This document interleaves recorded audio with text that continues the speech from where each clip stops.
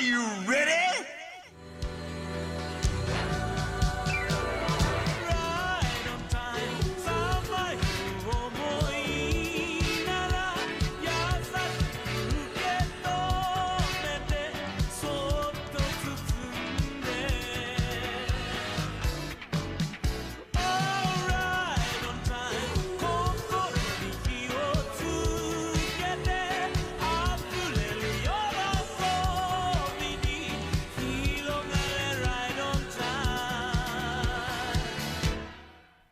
Shinaya Kapusta. Okay, bro. I don't know what you just said. Hello, everyone, and welcome to the Weeb Club. It's a weekly, I don't know, what number it is, what year it is, what day it is, you make of it what you do. That's how are it you doing works. today, Craftsdwarf? Doing good. Thank you. Well, no, it's getting ahead of ourselves, but I was just about to say, because Nun literally stopped me because I was going through the Reddit again, and I was thinking, and I grabbed One Piece Volume 24, and I was about to reread Blackbeard's introduction, and I'm like, and you guys stopped me, so crisis averted. Well, I guess. Anyway, comments. Yeah, hold on. Does anyone have any immediately? I liked Equinox's comment. What was the comment? Well, they load on my screen. This One Piece and Code Geass podcast goes hard. I was thinking about that. That was a good one. Also, I do want to mention, I'm not going to mention the comment itself because Dot and someone else were having a reply thread, and I got a little frustrated and I made a big response. Dot did DM me after the fact, just, clarifying some things, and, he's cool, we're cool, everything's fine, but, just wanted to throw it out there because I we're all made the watching comment. Roboco together, so it's like, we're not going to be... Damn, we have a Roboco group chat. So. We literally, unironically, we have a Roboco group chat where one of us posts a torrent and all the others go, "Let's go!" That's literally all of the messages or moaning about how there's no subs because they're behind by like 4 weeks. So that's literally the entirety of the group chat. And I'm not even kidding. So I did want to talk about the whole thing just a little bit, but if you don't want to do it, do it. If you have more to add, go for it. But I just didn't want to specifically go in. I don't the podcast want to after, specifically talk about the comment, just kind of the overall idea of it a little bit. I just wanted to say that I kind of get the idea of we haven't watched the Morge video or whatever yet, so we're judging it before we've experienced it. That's a thing we say. But one thing that I want to point out is we've never really had that stance when it comes to YouTubers and critics. That's always been something we say about manga, anime, blah blah blah, all that shit. But we've never had that kind of thing for YouTubers. And maybe you could say it's cringe to not have the same thing you have for media versus YouTubers and critics, but I don't necessarily see it as necessarily contradicting ourselves, because kind of something that we've and my thing is always done. Because maybe I won't dislike the video, but I guess my concern right now is just that just from what I know about it, he's going in there with a very particular mindset that I already disagree with, that I kind of elaborated on why I disagree with it I didn't specifically refer to Morge because I literally just saw people having the same mindset discussing things in the comments. So I referred to it non-generally, but I just fundamentally disagree with the mindset. So if this is the mindset that he has going into the video, then the video is probably going to have a fundamental problem with it that I'm probably going to disagree with. And maybe I'm wrong, but I just kind of let's put it this way. If I was reading a manga that I understood had a fundamental message that I didn't agree with, and I got that message out of the work, I'm probably going to like it less, right? But that's so that's, I don't know, that's kind of where I'm coming from. So so I think what you were saying hits it a really real thing, which is we were saying if the video is about this, then we will have to do this. That was the entire premise was always if it is what we are reading, if it is what we think the video is going to be, right? So we were never saying the video just abjectly, no matter what, is gonna be bad. We were it was always wrapped in if it comes out and is like this. So I don't understand this oh well, you're hating the video before it come out, because if it comes out and he hits the points and is oh yeah, actually Wano goes crazy, it's yeah, hey, guess what, we have nothing to say, the guy gets it. But you Right, know, but, if you he know, says yeah. what it sounds like he's saying, he didn't get it. And it might be EWB fuel, right? And like, not even that it's like a horrible, awful video, because we've done EWBs on videos that like have good points and stuff going on in them, even if we also have other problems with the video, right? So, you know, anyway. Yeah. Yeah, I don't know. That was like just something I wanted to mention. It's something I'm thinking about a little bit. Like, I do like it's hard for me to care as much, to be honest, to like have exactly the same like giving it a chance when it comes to like critics versus the actual like work itself. And I do recognize there is like a slight bit of hypocrisy there and a slight bit of like I can see why someone wouldn't like that, but it's hard for me to care as much. But I respect artists like infinitely more than I respect critics, because I've that's virtually kind of the never thing. seen critics that have good points or points that I even care about. Like I just don't respect criticism much at all, because so much of it is not coming from a good place, really. So, you know, but anyway, the only other comment I can see to respond to is to Tanya mentioning Homestuck, which I just, you know, I hadn't thought about it as a piece of long form storytelling, because I literally haven't touched it since it ended, basically, and I know I need to go reread it because I was super into it for a period, but, you know. I guess I'll respond to the Ronin1111 comment and just, I'm going to say, unfortunately, you're wasting your time recommending YouTubers for us to watch, especially to Vindy and Crafts.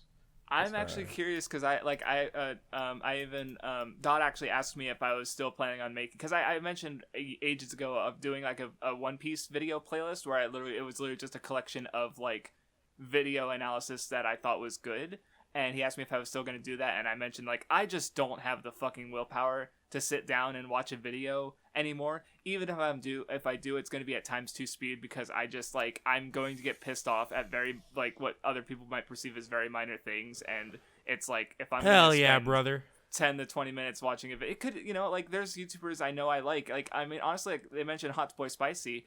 I've never watched a video of his, but like seeing the responses to his videos from people who I know like makes me think they're probably really good videos, but I just again can't muster up the energy to watch them, even though I know they're probably at least, you know, good. You know, so, and I don't know how many YouTubers I would make that an exception for basically, because I mean the YouTubers I would think of like Lindsay Ellis was my favorite YouTuber, and she'd literally drop an hour or 2 video essay, and I'd just watch it that morning, like before lunch almost, and she doesn't exist anymore on YouTube, so it's like, well, okay, I don't even know if I'd be able to do that anymore. On Nebula, so you could subscribe. I could, to that. but I haven't done that, so you know, maybe it's just not in me anymore. So you know, again, Didn't that's mean not much to you. Okay, apparently Damn. not. So yeah, I don't. I was curious about how you guys were with videos, you know. So I don't watch video essays about specifically video art. essays, I guess. Yeah, I don't watch video essays about art. Like the only I guess I'll just expose myself now. The only shit I watch nowadays, genuinely on YouTube, are either like Pokemon, specifically like Pokemon Nuzlocke videos mostly. Ew.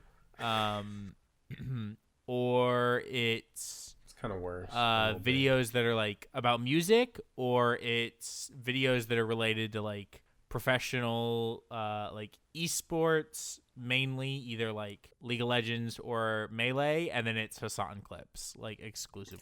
Oh, and then fighting game videos, and that's like it. That's all I watch on YouTube. I watched Jerma and Seth scene touch. That's it.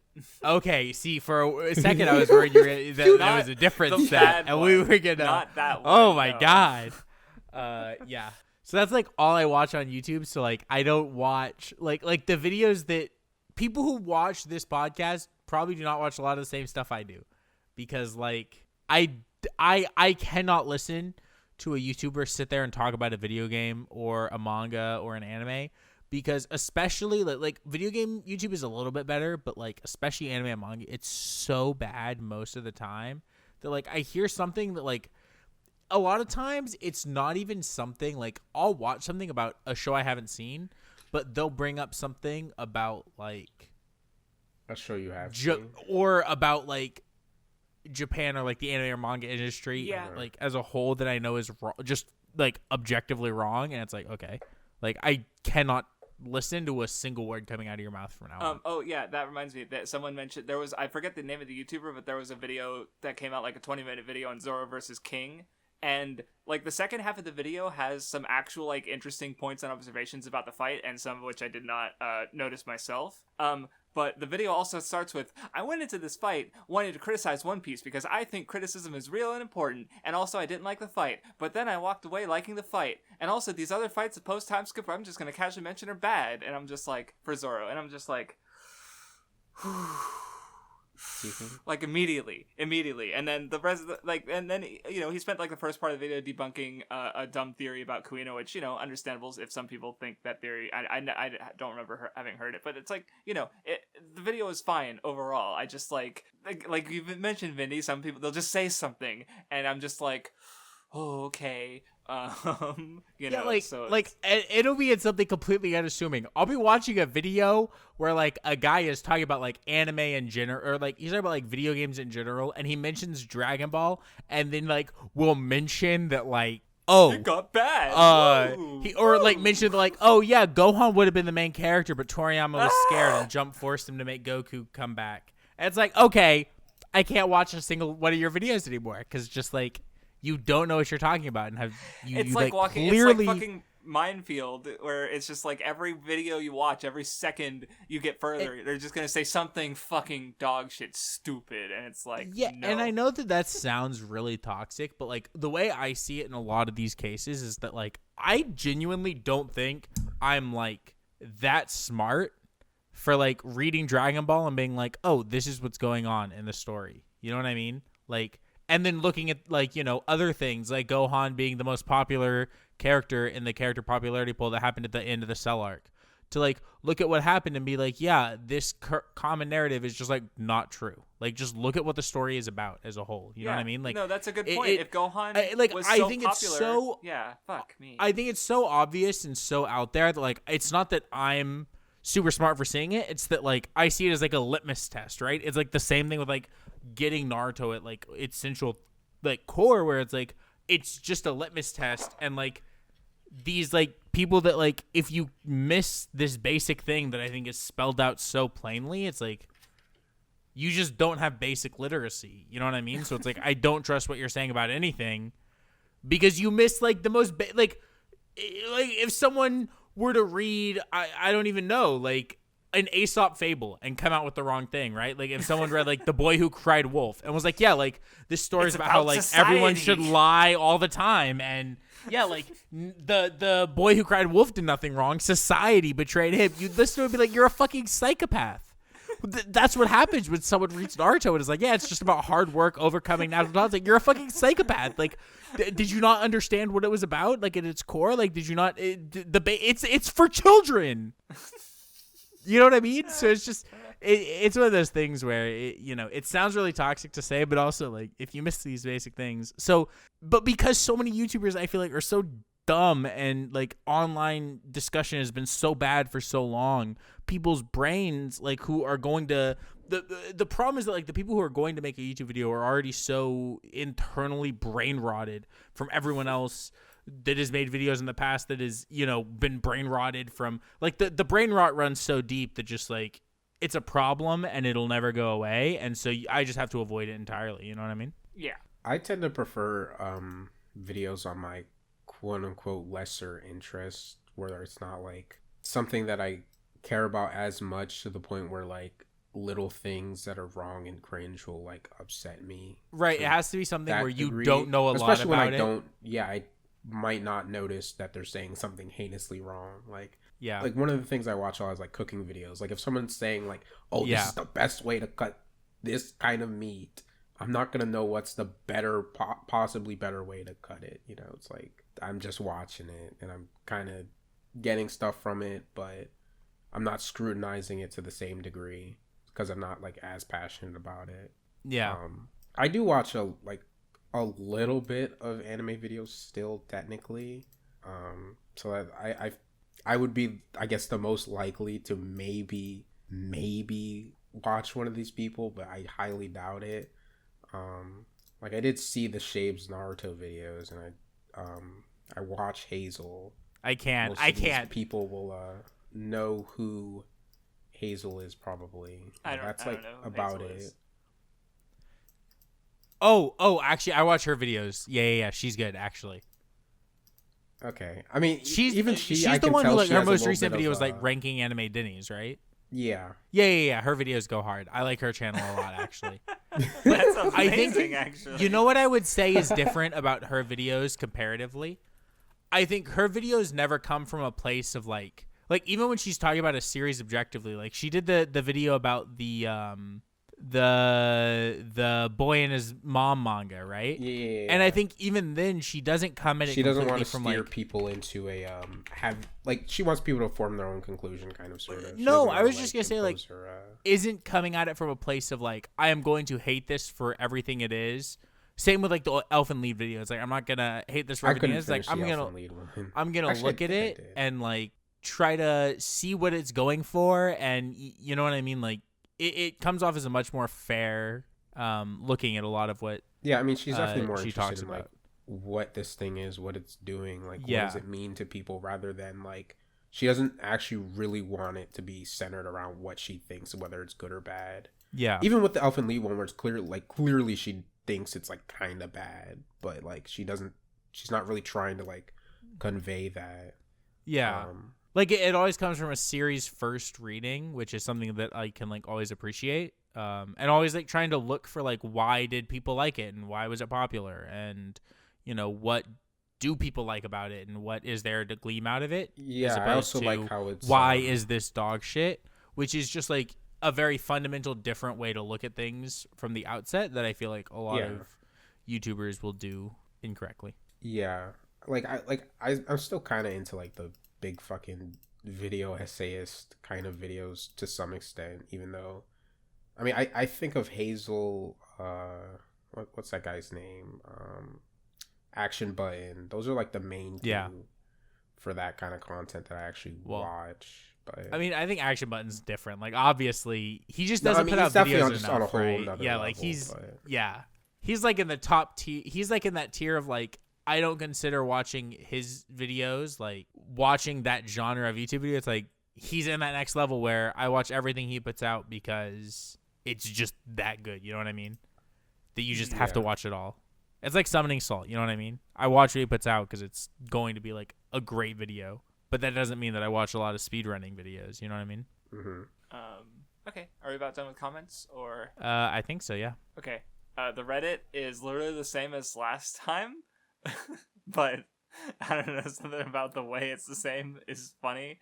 Like the first one is that same. It's okay. It's not just the same Kimono Friends image. It's the same edit because he's got the Code Geass on the computer still. But Ombre put a straw hat on to make it one piece because it's just Crafts. And it's like instead of Suzaku, it's Blackbeard. Which, oh my god, yeah. I didn't realize how fucking funny it is that they just took like Nun's thing and did the two post like thing, and then they took you with Blackbeard and did a two post thing. Oh my god, that's so They silly. could have gone and found the original without the Code Geass on the laptop and edited that instead, but they just decided to edit the one where it was like I think they made more work for themselves because he had to figure out the straw hat thing and make the laptop like it's like lazy, but it's not, and it's honestly great. I love it. And the second one is not the most cursed Blackbeard image I've ever seen, but it is kind of funny. Oh god, the more I look at it, the more it stares back at me. I like it. It's the abyss. All right. Well, I forgot the topic actually. Nunmanji introduced the topic. Okay. The topic is anime fandoms and the idea of being in a fandom, dude. All right. Vindy can talk about his experience in the My Little Pony fandom. What are you talking about, dude? Okay, you're so weird just making that up. Yeah. So weird. It was totally Vindy. It was Vindy. It was specifically Vindy. No, I'm sorry. Weird of you to like, just not some other guy. This is weird like how of you to just make that up. Not true. Stand works where he creates a void and the void gets filled in with other things. Like there's been a void in the Weeb Club, and then Manji's memory is just filled. He's just replaced it with other. Oh, I see Weeb what you Club mean. Yeah. No, it was Vindy. Not me. I literally have. I don't think I've ever seen the show. Not me, dude. He's So also a yeah, I big have Ruby another guy. opportunity to talk about One Piece. No, I'm not gonna do that. Sheesh, this guy. I'm not in the One Piece. Who wants fandom, to I go don't care. first? I don't even know what Vindy said. Who wants to? Does anyone have any? Okay, so I don't know. I mean, none. Do you want to define when you say that? Like, what do you mean by like a specific series fandom or like a fandom in general? Can you give like more clarification to that as like a reference point to start talking from? No. Did you just fucking say no? No, thank you. All right, I'll just fucking do the I heavy feel- lifting. Whatever. Watch this guy's episode the just be worst. about discussing the idea of the the topic itself, but not anything about fandom or like Dude, we're this- just discussing this how we're fucking defining guy- the topic and what we're talking about in the first place. Okay, whatever. I'll just I think when you think of the idea of a fandom is obviously it's a group of fans centered around one specific series or one specific idea. And what I think like gets really interesting about the topic when you start talking about it, and I didn't want to go into this right away, which is why I didn't want to start talking about the topic right away, and I wanted someone else to start, but it's fine, none. Is that a lot of times specific like series fandoms and what you attribute to that, like when you think about it culturally, will also be similar across what you see with different websites and the cultures around those, right? So, decent examples would be like Twitter and MHA fans versus like 4chan and Ava fans. You know what I mean?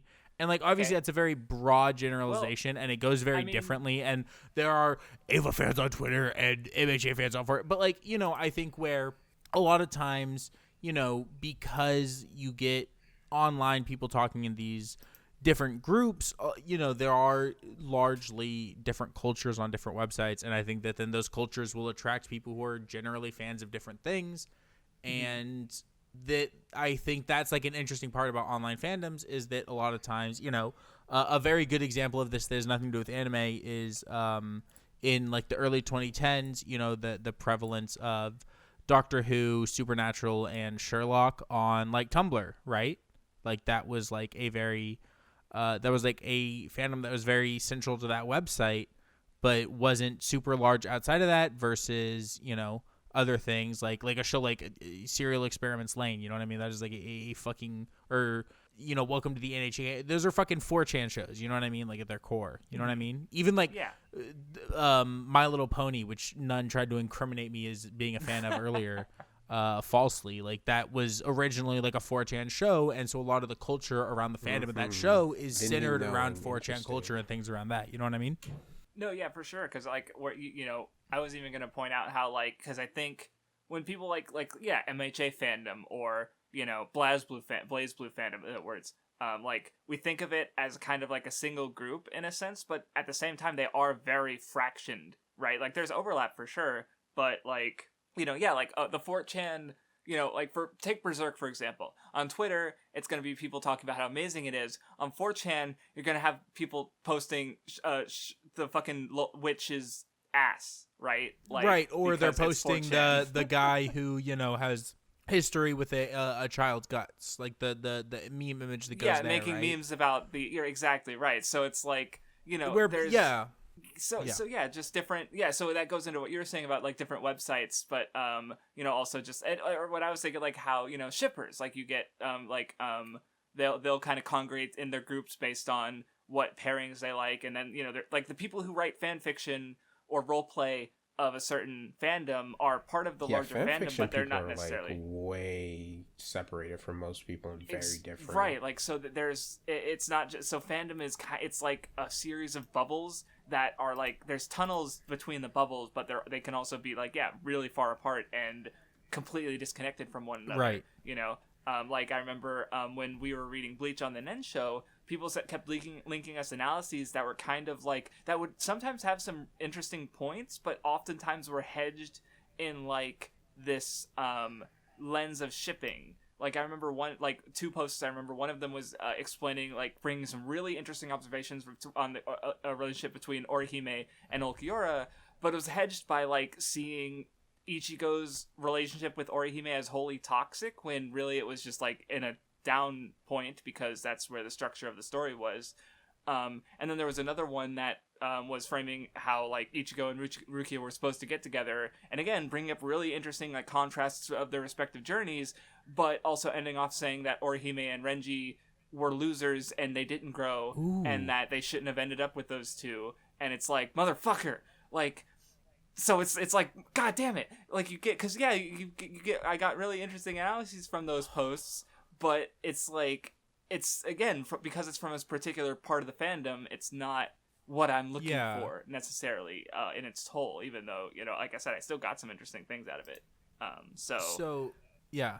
Sorry, and I feel bad if Nun has something that he wants to say, but like what you said, like I has a really interesting thing to think about as well with like fandoms online, which is like, okay, so which has to do with the way that like fandoms are like also like time capsules in a way, right? So, you know, in the same way that, and this is like very broad, but to give an example, I think like to look at like shows that have had like kind of revivals online, you know what I mean? I think in the last couple of years, you know, Breaking Bad and like The Sopranos, both the kind of fan communities around those in recent years have been very different to what they were when The Sopranos and Breaking Bad were airing originally, right? And the way people post about those, right? Like just the way people post, because as someone who was around and alive and was old enough to be paying attention to the way people talked about Breaking Bad in, you know, 2011, 2012 as the show is ending versus the way,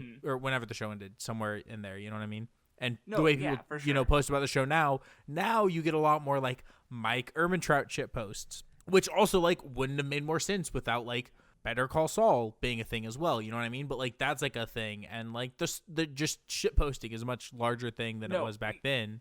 Right, for sure, in general. No, my friend is actually part of multiple like Facebook, you know, meme and shit post groups for like Dune and Sopranos and stuff, and so, you know, like those wouldn't like, and I think, you know, in some cases, like, I mean, Dune the movie is more recent, but also like, you know, especially in the case of like Sopranos, or less so Better Call Saul, but more Breaking Bad, is like, you know, these shows have, you know, and I mean also less so for Breaking Bad compared to Sopranos, where it's like, you know, like Sopranos is older now, so a lot like it's, you know, you have people who've been in it for longer, you have people who've been in it for less long, and it's just, you know, again, time, like you were kind of mentioning, affects things. So you know, yeah, it's interesting to think about. Thinking of with like the people in different bubbles and circles and stuff, and that I've been struggling with kind of recently a little bit, is like I really don't know what people actually think about certain things, like in a more broad sense, just because like I literally cannot get like a full grasp on like what most people are thinking about something. Like recently I've read 33 Code Geass reviews. Oh my god. And they're and they aren't exactly like what I thought I'd been seeing about what people say about the series. And that's just because like most of what I've seen people say about the series was from Twitter and not like that audience of people who go out of their way to write reviews. And especially because I filtered the reviews to specifically be in the time range of when the show first came out to like 2 years after it being done. I thought that was like a good stopping point just to get like that initial impression, wave of it. Yeah. And it's very much not exactly what I assumed it was, and now it's like it's really hard for me to draw conclusions on like what people overall think of the series and how it's like changed over time, just because like I never feel like I'm gonna have the full picture of it, especially because like I wasn't you weren't there for there. that. Exactly right. Because like all I can say about the reception to Code Geass is people on 4chan posting like there was one day where the mods basically made it so that every post on the entire anime board was the Jibun whoa, like just that, like whatever you posted it would get changed to that, so it was like everybody, so you could only communicate through like images. Like I only know it through memes basically, because it was it's a popular show while it was airing, so people were talking about it all the time. Oh, the fucking chess, because this was back when fan subbers were common, and so I specifically remember there was a huge like people being mad because there was a scene where two characters, probably Lucian and someone else, were playing chess, and one of them moved the king into an illegal move and said checkmate, basically. And like in the show, it was like a thing. Like there was literally a whole fan sub thing with 5 paragraphs over the scene explaining different interpretations of it.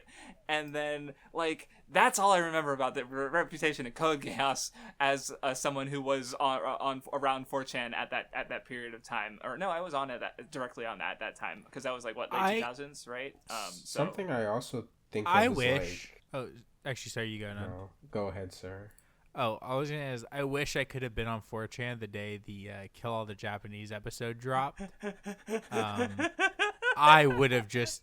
I imagine it would have been similar to 4chan the day the I Love Amelia episode came out. Like just that level of people losing their minds and shit posting. You know what I mean?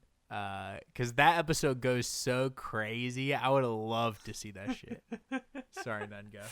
It also makes me think of like how Sakura from Naruto is like perceived, and how like I feel like most people who watch the Weeb Club and us would like say like, oh yeah, she's a very hated character and all that, but like definitely a very beloved character too, and like it just depends on like the circles you're looking at. No, I remember I think Kage Pro mentioning yes, thank you. on... Okay, you remember the same thing. Nice.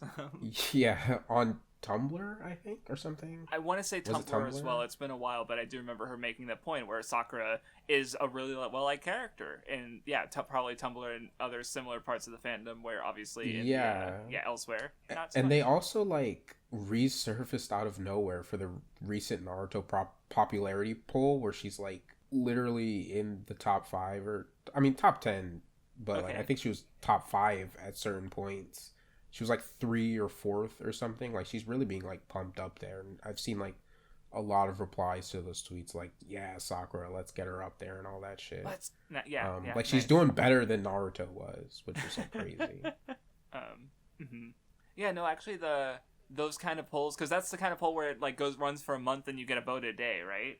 Yeah, no, those polls are definitely kind of wild as to how they're different from just the single vote. Well, maybe not single vote for however they do it in the Shonen Jump polls, but I get, which I guess actually that does tie into fandom and how different spheres like fixate on different things, I guess. Yeah.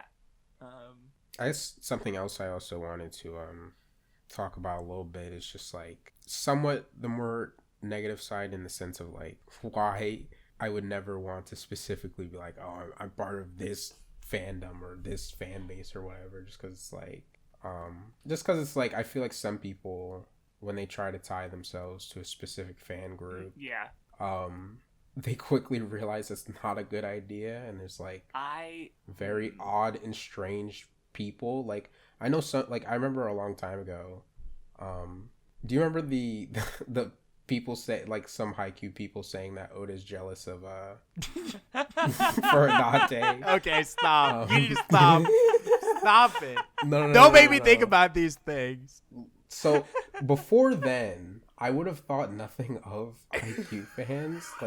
Like if someone said like, oh, they're like really nice. Stop. Yeah, I would probably be like, yeah, sure, they're pretty nice and reasonable. But then like stuff like that happens, where it's just like, yeah, because what was it? It's like he didn't leave an author's note for yet another fucking Jump manga ending. Like, oh, he didn't show his praise like all these other authors were, because these authors were doing series that hadn't been running as long. So they're looking up at their their senpai, their senior Jump authors leaving the magazine. They'd be like, oh wow, cool, I love this series. Where Oda's like, oh, another one's gone, bye, all right, I'm trying not, he's got fucking health issues up the ass. Like I as I was finding out the other day, like fuck, he's got other shit to worry about. Like, sorry, you're not Kishimoto. Why should he be so, like, I don't know, whatever. Yeah, the thing is like they try to be like, oh, because he got the end and he's done, Oda must be jealous, when like Oda's literally said he's jealous of Kishimoto a bit. But he still congratulated Kishimoto, so it's not really like a... Well, Kishimoto got a full-on fucking tribute in One Piece with, the cover page with, like, Luffy eating with Naruto and Nami with the Konoha symbol on her dress. They're eating ramen. It's, oh, God, good cover page. The other thing about it is that, like, that's, like, another interesting part, which is that, like, I've known a bunch of people in my life, just, like, personally, who are, like, massive Haikyuu fans, right? Like, way more people than I think the average person knows, to the point where like Haikyuu is like either their favorite thing or like a life-changing like piece of meat. Like my best friend, like he started playing volleyball because of Haikyuu, and now he is like a volleyball coach is like his main job. No, didn't you say that like at least for a period of time, you and a bunch of your friends were playing volleyball, right? Because and like all of that was like everyone there basically had like read. I mean, there were like girls there who had like played in high school, but like all the guys there had like most of them had like read Haikyuu and were playing because of that.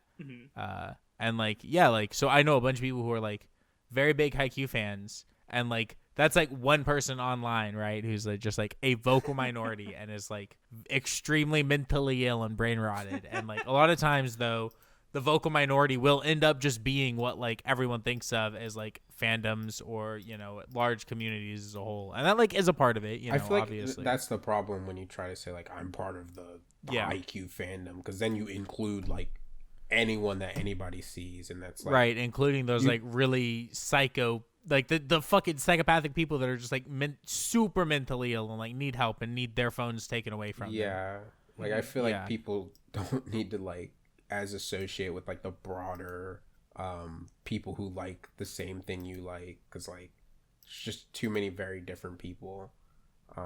Right, and like I've just seen too many posts of people like, oh no, the Sonic fandom's falling apart. You guys have to stop being toxic. Like, it's just too much to like try to like reel in a whole. Oh my god, do I have the image on hand? People. Hold on, my favorite image. Hold on. Keep talking.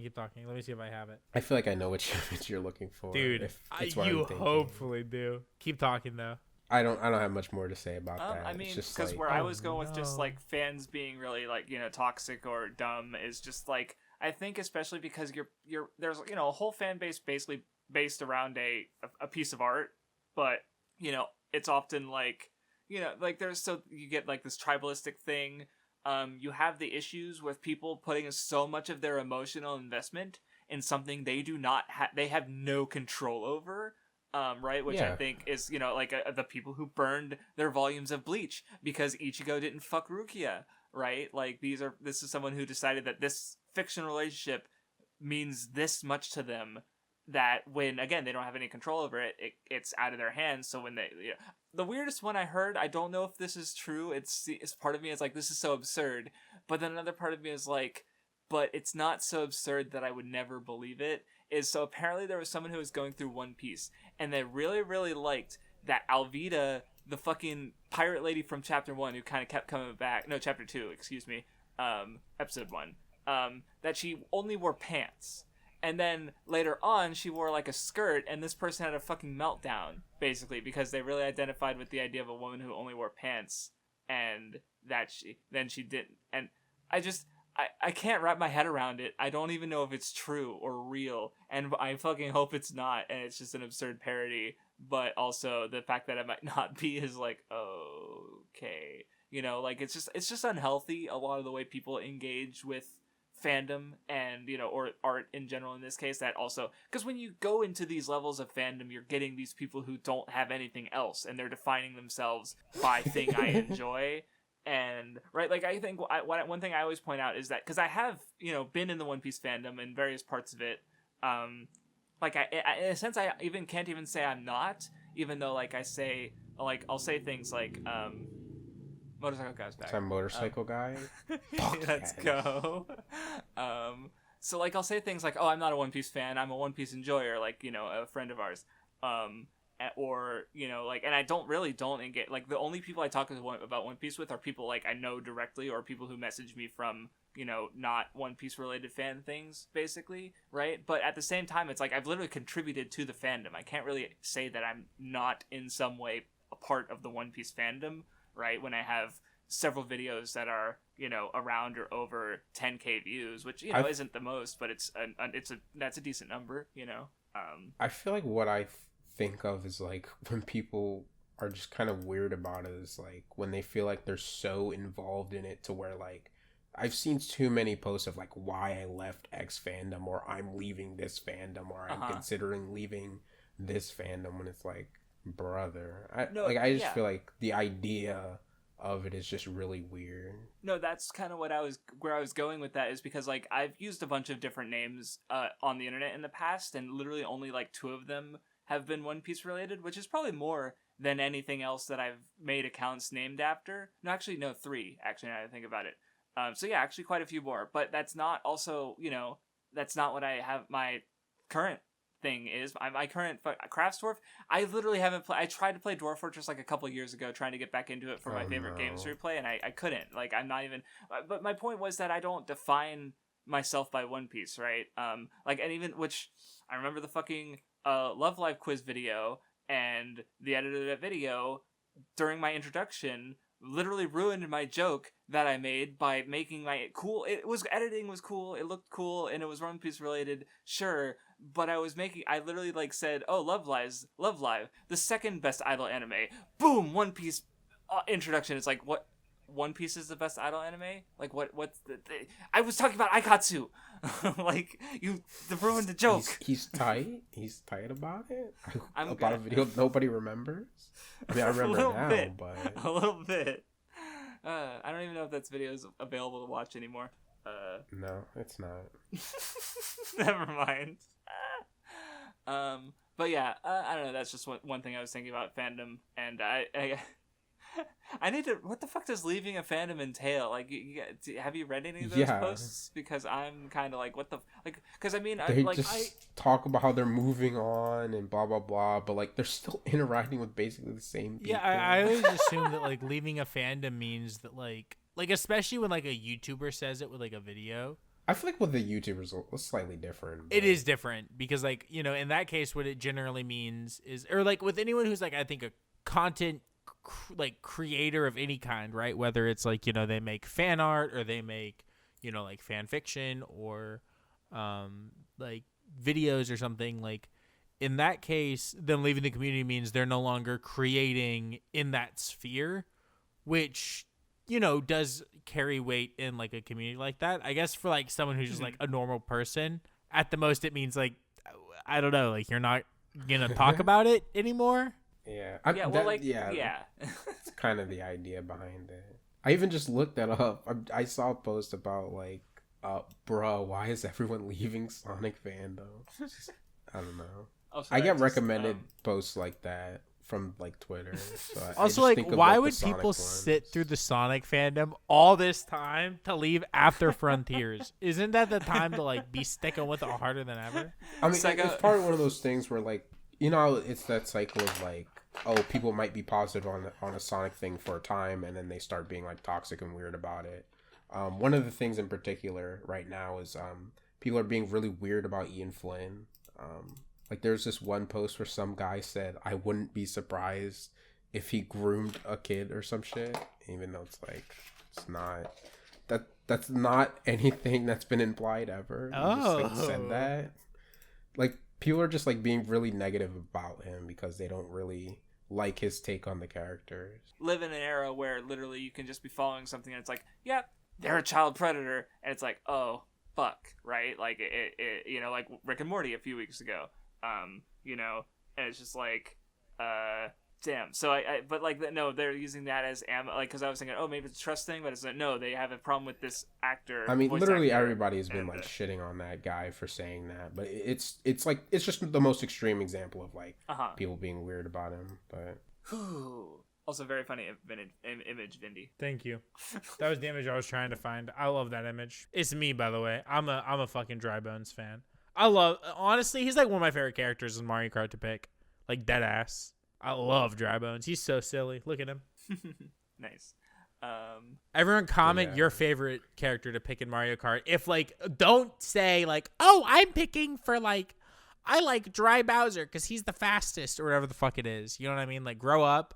Tell me your favorite character to pick if you're not being a lame-ass bitch. Pick your favorite as if you're Kirito. Like, you gotta have that energy, okay? You pick what you fucking want. It doesn't matter if it sucks dick. Yeah. You're using a sword in the gun game, and that's final. You're the god gamer, and you're gonna make it work. You know what I mean? Like, you pick as if you're playing with, like, I don't know, like children that don't have hands, so you're not really trying to style on them. You're picking who you like.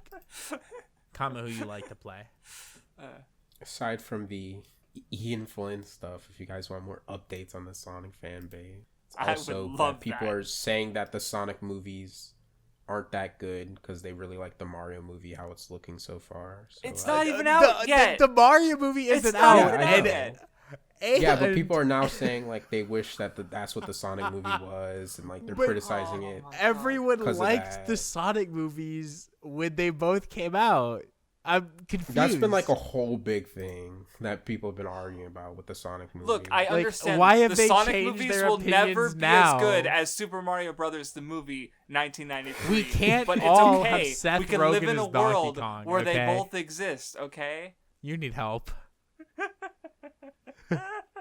I trust the fungus. You're the one who needs help. Okay, that movie broke your brain. Clearly. Watch The Last of Us and you'll understand what happened to you. I don't need to. I already know. Oh my god. Is there more to say? Have you guys had any bad experiences with the fandom? Because I've never really No, actually, No, I'm not. No. Yeah, not really related to a fandom. Like, there's haven't been times where like I would have technically been part of a fandom, like Pokemon, technically, but Yeah, the worst I can think of is when I made my tirade on Fairy Tail and someone in the comments, no, they didn't just comment on the video. They sent me an email through like my regular email account, and they left a comment on one of my fan fiction on fanfiction.net telling me that my mom should have drowned me at birth. Yeah. he was just pretending like you had a devil fruit. He was like contributing or something. All right, but that's fine. So, do you want to tell Nun, do you want to tell everyone what we're doing next time because no one watched anything this week? Oh, or for the related thing? Or yeah, I meant to do it at the beginning of the episode actually, but I'd forgotten. yeah, we're gonna be doing the seasonal show that we usually did after the topic, like just watching one episode and then talking about it every week.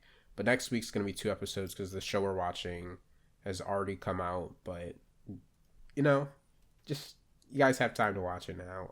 Are you gonna say what the show Oshi is? no Ko. Okay. Yes. Sorry. Oshi no Ko. That's what we're watching. Yeah. The big reason that I was oh, it's not even. Wait, is it out? Or did I misspell it? I have no idea what this is even about, so. It's Doga Kobo. It's probably pretty good. Oh, well. If it's Doga And Kobo, I've then also it goes seen crazy. the I've seen some images posted. It's Okay. probably good. I'll try and find it later because I just don't see it on Nia. But yeah, apparently the first episode is also 90 minutes long. It came out March 17th according to Mal, the first I episode. see. That might have been okay. Well, I'll find it somehow. Okay. But yeah, we'll see what happens. And if for some reason, like, because I haven't found it on Nia, maybe I'm just stupid.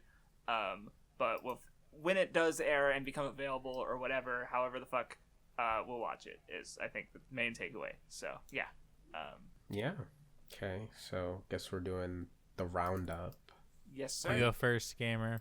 All right. Before we begin, I do want to say I want to do 2 rotations. Okay. Just bullying Vindy. I could do 3, but I'm just gonna go with 2. It is. It is what it is. So is Vindy? So Vindy, is this attitude because you're? This is not. I'm stretching for because, one. okay. I'm struggling for singular. Okay. my So other Nun, question you better talk. What? is it because Nun's gonna talk about Code Geass 3 times? No, I don't care about Man. that. It's literally Okay. because I'm struggling to have one thing to talk about. Okay, that was just my other thoughts I had to share. So Nun, Just what- review what- Buffalo Wild Wings. Can that be your second thing after your first thing? Just go, King. All right. I'll come up with 2. Don't worry about it. So my first one is the 33 Code Geass Reviews. Okay, talk about it. I actually want to hear it. This is interesting. Yeah, so I thought they were interesting to read Nun's in the a sense fucking that Chad. like Yeah, that's actually so fucking respectable. You need to make a video at some point about Code Geass. Like, you have to. Like, at this point, the amount of like work you put into this, you have to be able to put something together. But continue. I'm sorry. no comment. But I thought what was interesting about them was like I assumed at the time, right, that like R2 wasn't as mixed as people are on it now, but like it was very much a lot of I was seeing stuff about how it was confusing and like the especially the episodes leading up to the end, people couldn't fully follow and was like I saw a lot of like people saying it was like plot twist after plot twist and like Do you it think was like a that bit was because they too were watching it heavy-handed. weekly? Sorry. But Partially in the sense that like since the plot twist quote unquote leaves a lot of cliffhangers every week, it's like oh my god, like bro, I can't even move on to just see what's gonna happen. So like I super get that. It probably is partially that. But like literally everyone always said like, oh, but the ending made up for that, and the ending's still the best thing ever. Like that's a consistent thing among like most of the reviews.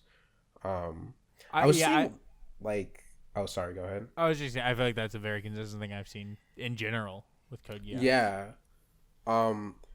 Overall of the 33 that I read, I've seen more people specifically say R1 was better than R2. There are some people who are like R2 is like just as good or like overall rounds out to being just as good because of the ending and stuff. I really only saw one person say R2 was clearly specifically better.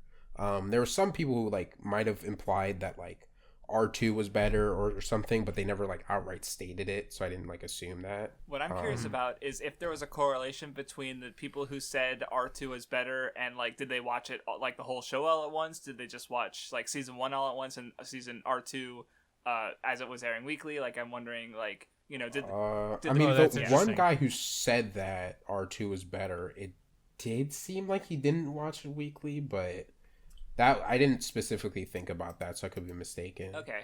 And it would be hard to verify anyway, especially if they didn't directly say it, like, because what are they going to do? Go on their, like, Mal or whatever, like, you know, and see, oh, they watched this episode of this day. Like, no, it's been fucking 10 years, right? So, Yeah.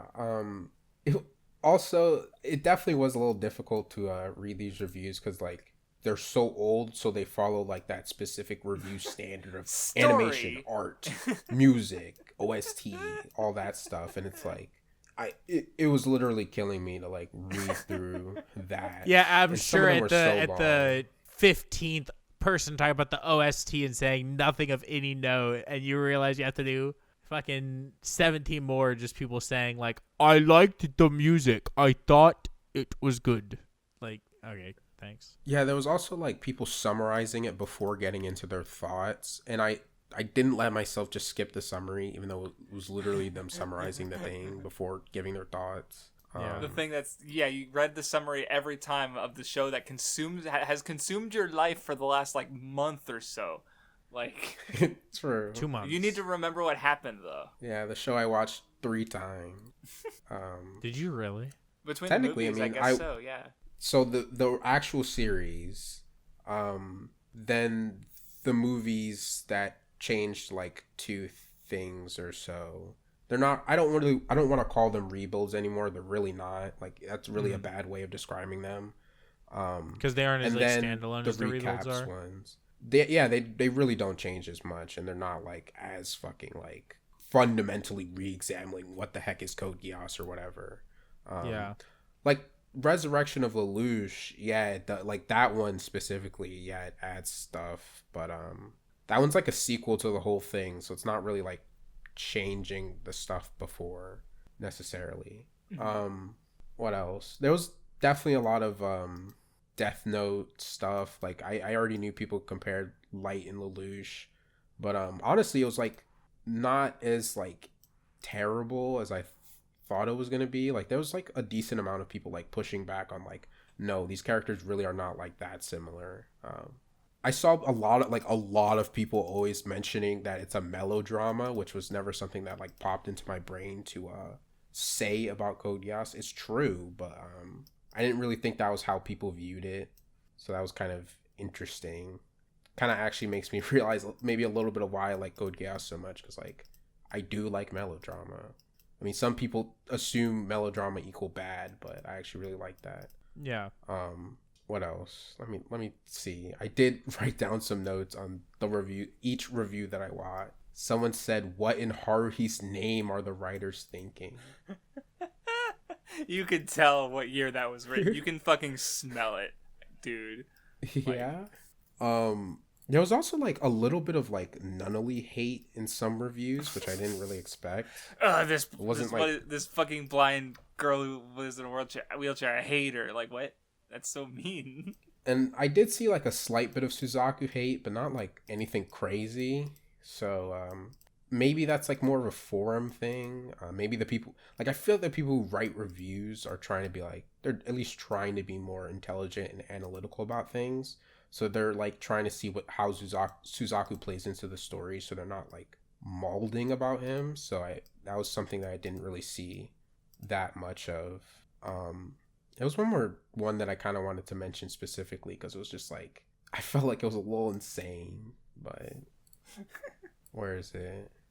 Oh yeah, it was this review that I described as most juvenile review I've read so far, because he was just like throwing around like douchebag. He was like, he said something about how Suzaku's a traitor and an asshole, and then he said, Banger. quote, Dicky Emperor Father, when talking about what the fuck, Charles, like Lelouch's dad.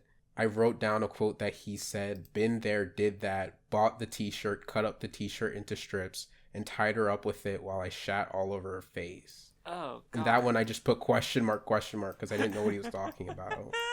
What the fuck? Mm-hmm. But yeah, it was an interesting experience to read them, even if it was like very tiring. The only like silver lining was like the later reviews that I was reading happened to be shorter, so it got a little shorter as it went along, but it was like still very difficult to do that. And I still feel like I don't have like a full picture. I feel like I'm going to be forced to like do some forum dog shit, because again, I feel like people who write reviews versus people who are reacting in forums are just very different audiences of people. Yeah. You can go ahead, Vindy, with your... So my first one is, I'm sure it's something I've talked about before. I would be surprised if I hadn't, but I've been playing it a lot these last couple of days, and I reached like a milestone I've been working on for like almost a year now, so I feel comfortable talking about it again. Which I've been playing a shit ton of Monster Hunter Rise, which like, so I played it like Sunbreak a lot when it came out, and then I had been playing it pretty consistently all year with Craftsdwarf about once a week. But we stopped playing a couple weeks ago. We started playing basically when the Weeb Club started coming back. A couple weeks before that, we stopped playing, and I hadn't played at all. And like a couple days ago, I was like, you know what? I want to fucking play Monster Hunter. I miss this shit. So I've been playing by myself a bunch. But I found out, like, so, you know, Krause, we were like probably 20 event quests behind. I've done all of them now. Oh, shit. And my strat is, and I'm not like the worst one. Like, I will start the hunt, and like generally I don't cart, so I'm okay with it. But like, I will just play like early in the morning, right? I'll play 8, 9 a.m. on days I don't work. And I swear to God, every hunt is 3 Japanese light bowgun users who are just unbelievably cracked at the game and are just gods. And really what it means is, like, they don't cart. So I have someone else, like, because I'm greatsword, so like I can only do so much. Like, if I'm fucking me alone against the monster, nothing's ever getting done. I'm just running around looking at him the whole time, hoping he stops. You know what I mean? But like, I have 3 other people to like kind of, you know, he looks at them, and they're, you know, crazy. And you know, it's not actually all that. A lot of people have been doing like paralysis dual blades. I feel like I keep seeing, and just like keep stun locking the monster, and it actually looks fun as fuck. Like, they just make it so he can't move, and then I just go to his tail with, like, greatsword, and it's so fun, actually. Shit goes crazy. But, like, you just get, like, way better players and way better lobbies on Switch, and I assume that, like, it's because, you know, you get probably more people in, like, Japan playing on Switch, and, like, from my understanding, talking to people who play Rise, on PC, like, the better lobbies are generally, like, you know, later times in the West, right? Yeah. Which is interesting, but like, yeah, like I found like if like I'm playing like the lobbies start drying up around like noon to 1, it starts getting tough. When the kids so wake like up, yeah. before noon is like the best time to play Monster Hunter on the Switch. Like, shit goes crazy, and so I've been playing so much. So I finally hit MR 100, which is like the big thing. So I finally hit that, and then obviously like, you know, I got caught back up on doing every event quest in the game, which is nice, but. Just, I love that game so much. And, like, you know, it doesn't have like the number of monsters and maybe the amount of content that like World does. And like there's some things that annoy me about the game at the end of the day. Like I really hate that like low and high rank the gear looks the exact same. Yeah. That's super fucking lame of them. Like super lazy, super lame. You could have just done like the most basic, like, you know, you could say, oh, it's not lazy. Like, especially for like Mizutsune, you could have just had like the sword as one and the gunner as like the other. Like you already had 2 designs for most of the monsters. You could have just like had both of them. You know what I mean? Like I really didn't like that. And like Master Rank has different designs, but like nowadays it's like whatever. There's a lot of layered armor, so it's fine because there's just a bunch of monsters in the game anyways. Layered weapons go crazy. I love layered weapons actually. I don't change my layered like my armor ever. But I change my weapon like almost every hunt. Not actually what it is, because I don't want to change like my stats or anything. But I just change what it looks like. It's so fun. I love layered weapons. Ultimately, like I like the gameplay more than like Generations, and like I think I still maybe like World's monster roster overall more. But like wire bugs are so fun, and like now that we know essentially the full roster of the game because we like know through data mining who the last monster is in like the next update, which is probably the last one because World 2 is like next year, like early next year. DM me who the last monster is, because I actually didn't hear about this. I'm pretty sure everyone's saying it's this, which like just fits with the game, but I'm pretty sure like data mining saw it in the fucking like files as like the final Elder Dragon. Yeah, that makes sense. That they're teasing. Yeah. Which like isn't surprising and is like crazy and goes hard and I love it, but also like, you know, now that we basically know the full roster, like there's some great monsters that I love that I'm really happy made it into the game. Like I love seeing Gormagala. I think Chaotic Gormagala is really cool.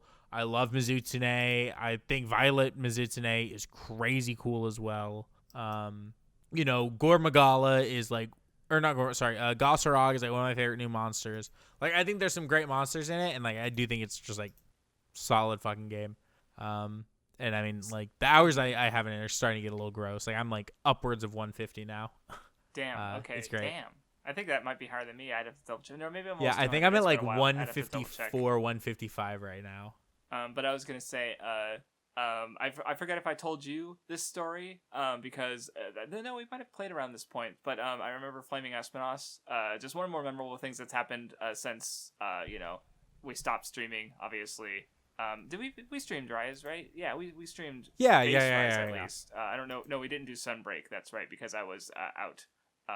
But I was just gonna share because there's the Flaming Espinos came out, and me and my friend went to fight him, and I think a couple randoms joined us, and he was charging up his big fireball, and we just kept hitting him because we didn't know it was a literal one-shot kill, like no matter what, basically. And so he killed 3 people at once, and the quest immediately ended. And it was funny, honestly, because like we just didn't know. Oh, we should dodge that. Okay. So yeah, I just thought I'd share because it was funny, at the time at least. Anyway. Yeah. So I like Monster Hunter Rise a lot. Great game. Monster Hunter is like easily now at this point one of my favorite game series. Just like in general, like it's crazy. Phenomenal. I love Monster Hunter so fucking much. I think every Monster Hunter game I've played, I have over 100 hours in. If not, it's at least like over 70. And the only one that wouldn't be over 100 is Generations. Because we only follow the monsters, and that's I just think. But then I also had played it a bit beforehand. Like it's close, I think, genuinely. But yeah, it's like, I mean, there's not many game like series. I have multiple games that I'll put over 100 hours into. Like happily and like be wanting more. So not that much more. No, dude, more. Okay, I play need Freedom the then, next coward. game. No, what about the mod that's eventually coming to 3 and to, I think just to actually it may be base tribe, but to like you can mod onto like even your like Wii and use like your original save file. I saw, and like you can put it in a Dolphin as well. That I might play try with that, but also World 2 eventually. If Lagia Cruise isn't, I'm gonna fucking riot. it is what it is. Yeah, you know? Legia is very cool, and I miss him. But why wasn't he in Rise? They literally had all of you drawn. Come on, dude. I know. Like, I don't know why he wasn't. But they better bring him back. The other man I fucking need in a Monster Hunter game ASAP. Honestly, is fucking Zamtrios. Give me the funny man. I need to see him. I want to see him puff up in like 4K in World 2. Let's go. And it'll be good, you know? All right. Okay, So well, I just saw Oshinoko's broadcasting April 12th. Yeah, I saw that too. I know, because I expect that maybe the 90-minute episode will be divided into regular TV-sized episodes, but we'll see. It gives us time to prepare, gentlemen. Also, sorry, before you go, Craftsdwarf, I'm very sorry. I just realized something I kind of thought was interesting that I forgot to talk about with my thing was just that, like, I felt like the Code Geass discussion of that time was very much how things are discussed now. Like, I was thinking of ReZero and AOT in particular in some ways, just because, like, especially with, like, some of the more even earlier R1 things where people didn't, like, fully get the core of what the show is trying to do yet. I felt like the way they were reacting to it and assuming things about Lelouch and stuff was kind of like how people did with ReZero and Subaru before, like, you really like, oh, this is the kind of guy he is, and like what it's really going for, like with episode 18 or whatever.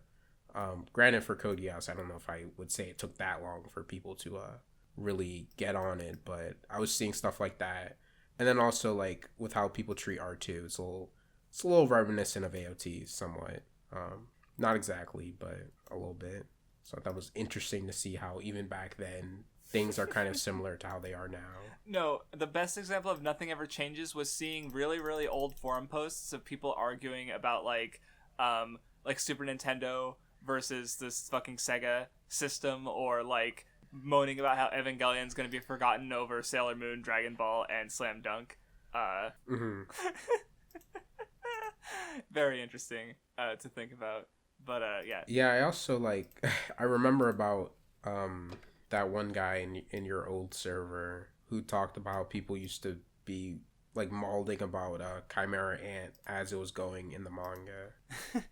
Not a surprise, especially with how long it took. That like does not surprise me at all. Literally 10 honestly. years publishing time. Yeah, I think.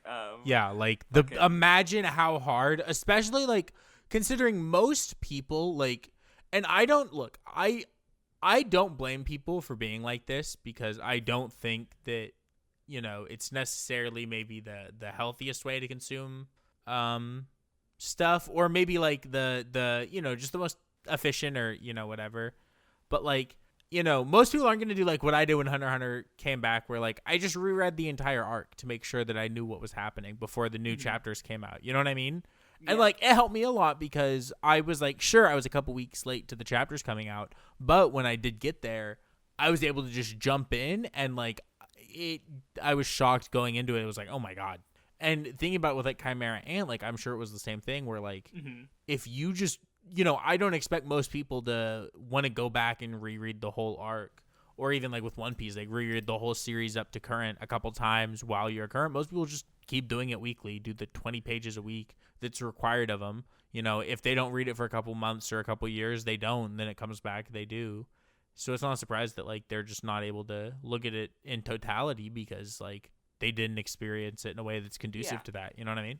It was too fragmented. I was going to give 2 points. One example of what the Hunter x Hunter thing is, just I remember watching, I believe it was Best Guy Ever and the YouTuber formerly known as Digibro playing like Jump Force, or one of the Shonen Jump games, and as they were playing it, a conversation come up, and I just vividly remember, you know, then Digi was like, oh man, the Chimera Ant arc is literally some of the best anime I've ever fucking watched. Where Best Guy Ever was like, well, it was good, and I just immediately knew that he'd been reading Hunter x Hunter weekly for a long time, and he just maybe never went back and reread it, you know. But like, Chimera Ant is the predecessor of Wano. Yeah, I mean, and by the way, I know what video you're talking about. They were not playing Jump Force. Jump Force, I don't think was out. Oh, that's a good point. Yeah. It was J-Stars. J-Stars. Yeah, Thank it was you. Victory Okay, versus yeah, Plus, which is a game I also own. Now I remember. Okay. Yeah, I own that game and Jump Force. J-Stars is objectively better because it Banger has Gintama. opening. It has Gintama characters in it. That's And so it has good. Haikyuu strong characters is, and Kuroko no Basket characters. How strong is Gintoki Jump shit his Force pants does move? not. He doesn't, but he Well, attacks, then it's and 0 then you out of have... 10. Nope, he's in it. Also, Chitoge's in the game as an assist. Okay, that's pretty It has good. Sket Dance characters in the game. The roster's just unbeatable in Victory Versus Plus. Like, the more Jump stuff I read, like, yeah, like, I think Jump Force is, like, honestly, like, maybe more fun to play, and, like, I don't know, but just, like, man, sheesh, Victory Versus Plus's roster goes crazy. And the other thing I was going to say is just because, like, so last weekend relative to this recording, so over a week ago, I did a stream with MathWiz where we're doing a new Nensha thing, and we talked about Blue Box. God damn it, I did it again. My brain wants to say Blue Blocks for some reason.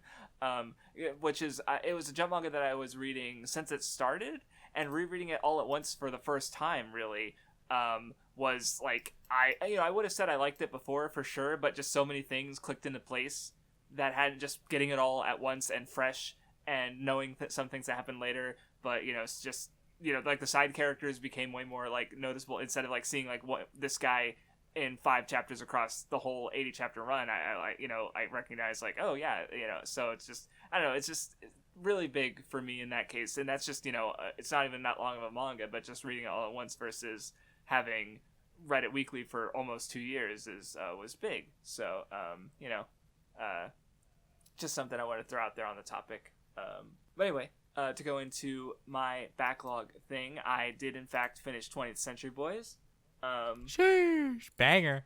Urasawa is just so fucking good at manga. Like, I mean, not even just from having seen him on Monben, which I've seen every episode that's translated to English, so I've seen him talk about a lot of other different manga and stuff, but just like the way he can, like, frame a page, or or what's the word, compose a page, or the way he'll just like build up to certain things. And like the one that sticks in my mind is there's like a character who like jumps at someone and starts falling to what would be their death basically, and it shows a flashback with this character, and then like at the end of the flashback you just see their like the top of the page has just their face, and the second part of that is their face, but it's like with a lot of vertical lines sort of giving so it jumps you out of the flashback by going back to the present, but in a visually like interesting way. Like, Urasawa is just so fucking good at manga. Like, there's a reason, because I know we've had this conversation a couple times for years, but I think one of the things we both agree on is that like Fukumoto and Urasawa are some of our favorite manga authors, because like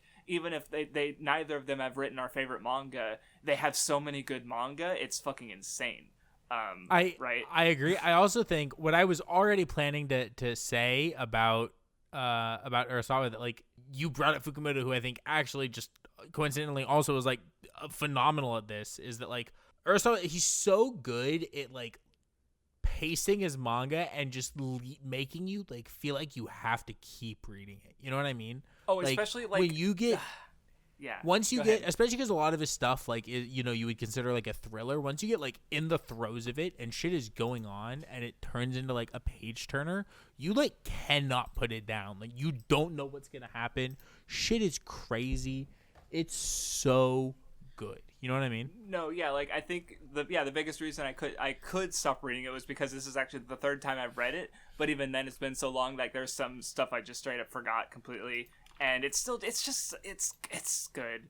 Like honestly, I do want to mention as a side, 20th Century Boys is unique among manga for me, and because when I first finished reading it, I was either in high school or I just graduated from high school. I forget exactly when it was, but I literally finished it. And I was like fucking starstruck, leaning back in my chair, trying to think, do I like this manga better than One Piece?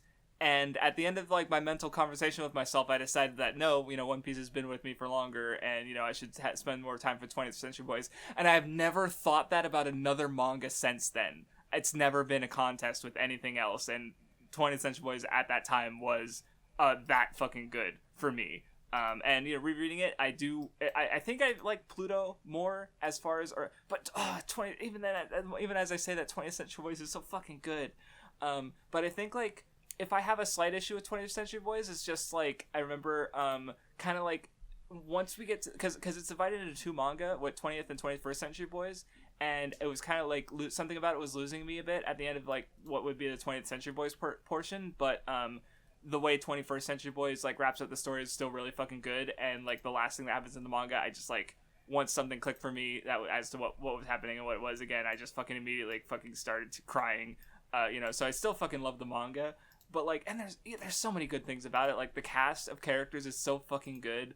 Like Kenji is a good dude. Yoshitsune I really like a lot.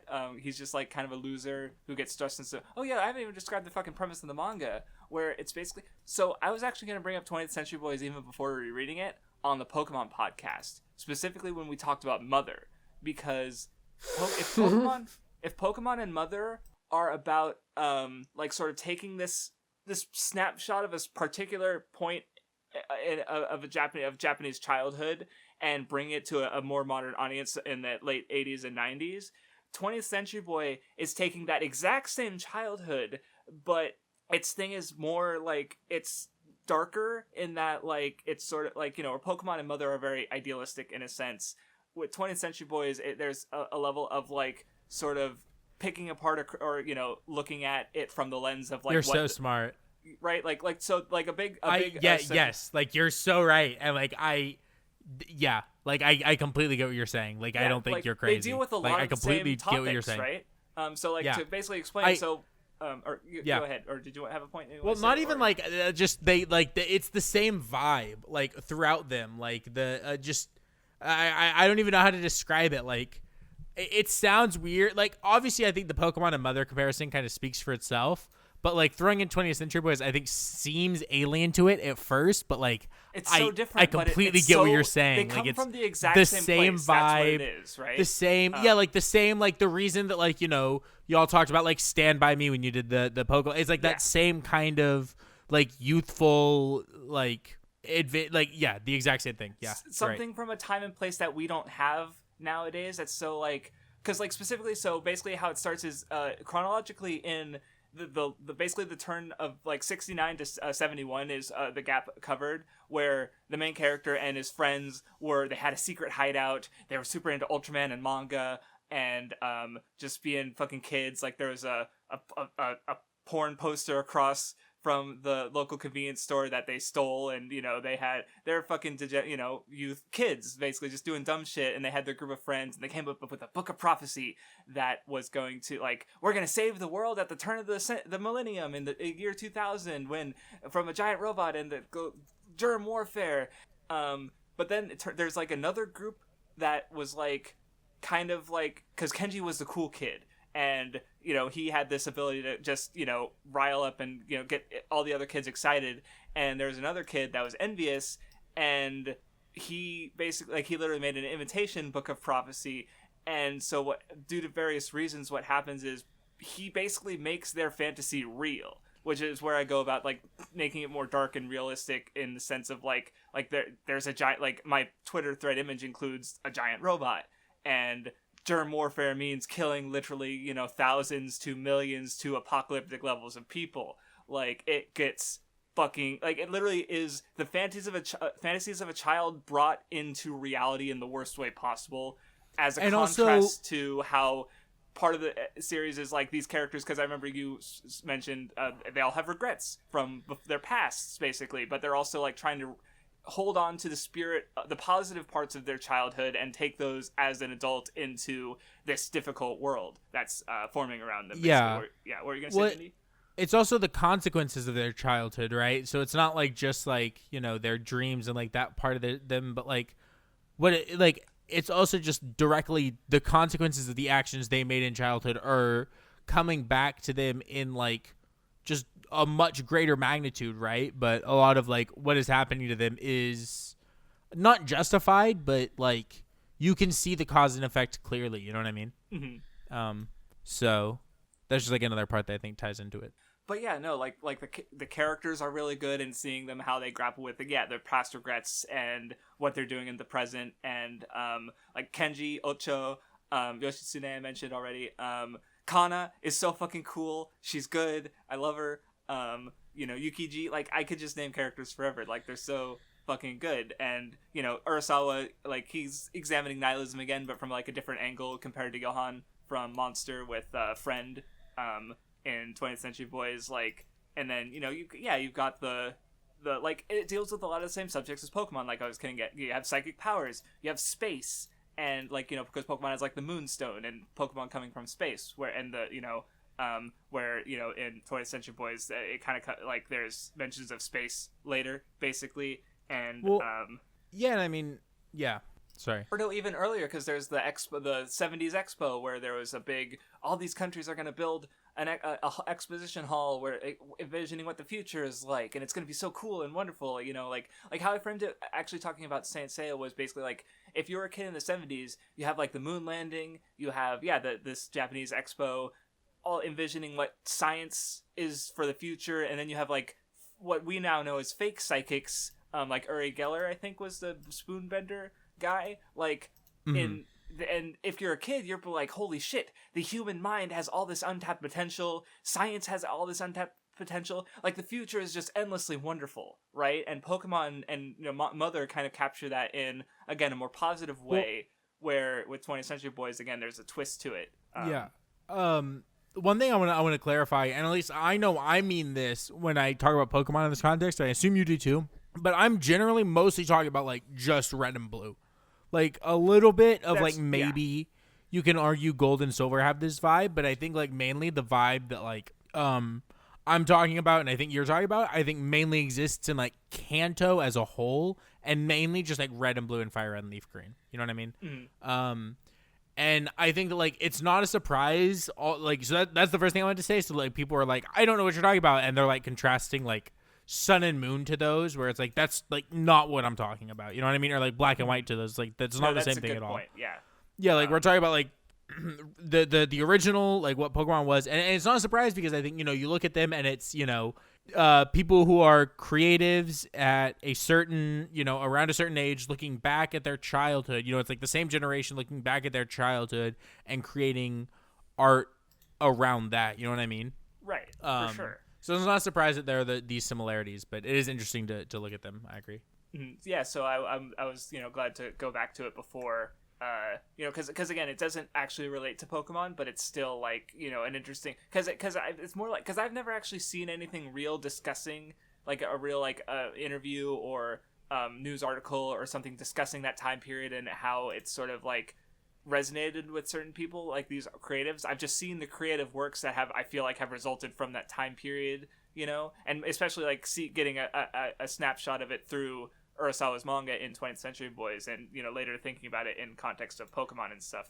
But you know, so that's coming from just, like, an outside perspective. Like, I would need to do more research if I was going to talk about it more broadly, I think, but it's still an interesting perspective to consider. And I think, you know, the fact that there's so many, like, similarities in what these works, like, you know, again, psychic powers especially, you know, where it's like what the reason I brought up in Saint Seiya, because Saint Seiya has Cosmo, the seventh sense, because the sixth sense was psychic powers, and I just thought it was interesting the way it just threw that out there and just kind of, like, acted like it didn't explain it. It never comes up in the manga, yet, like, from a modern perspective, like, why would they not explain something so weird? But thinking of the time period, I can see why younger audience members might not, like, question that psychic powers exist, or, you know, because that would have just been part of this pop culture sphere at the time, you know. And so just various works all being different lenses onto these ideas and making me think about them.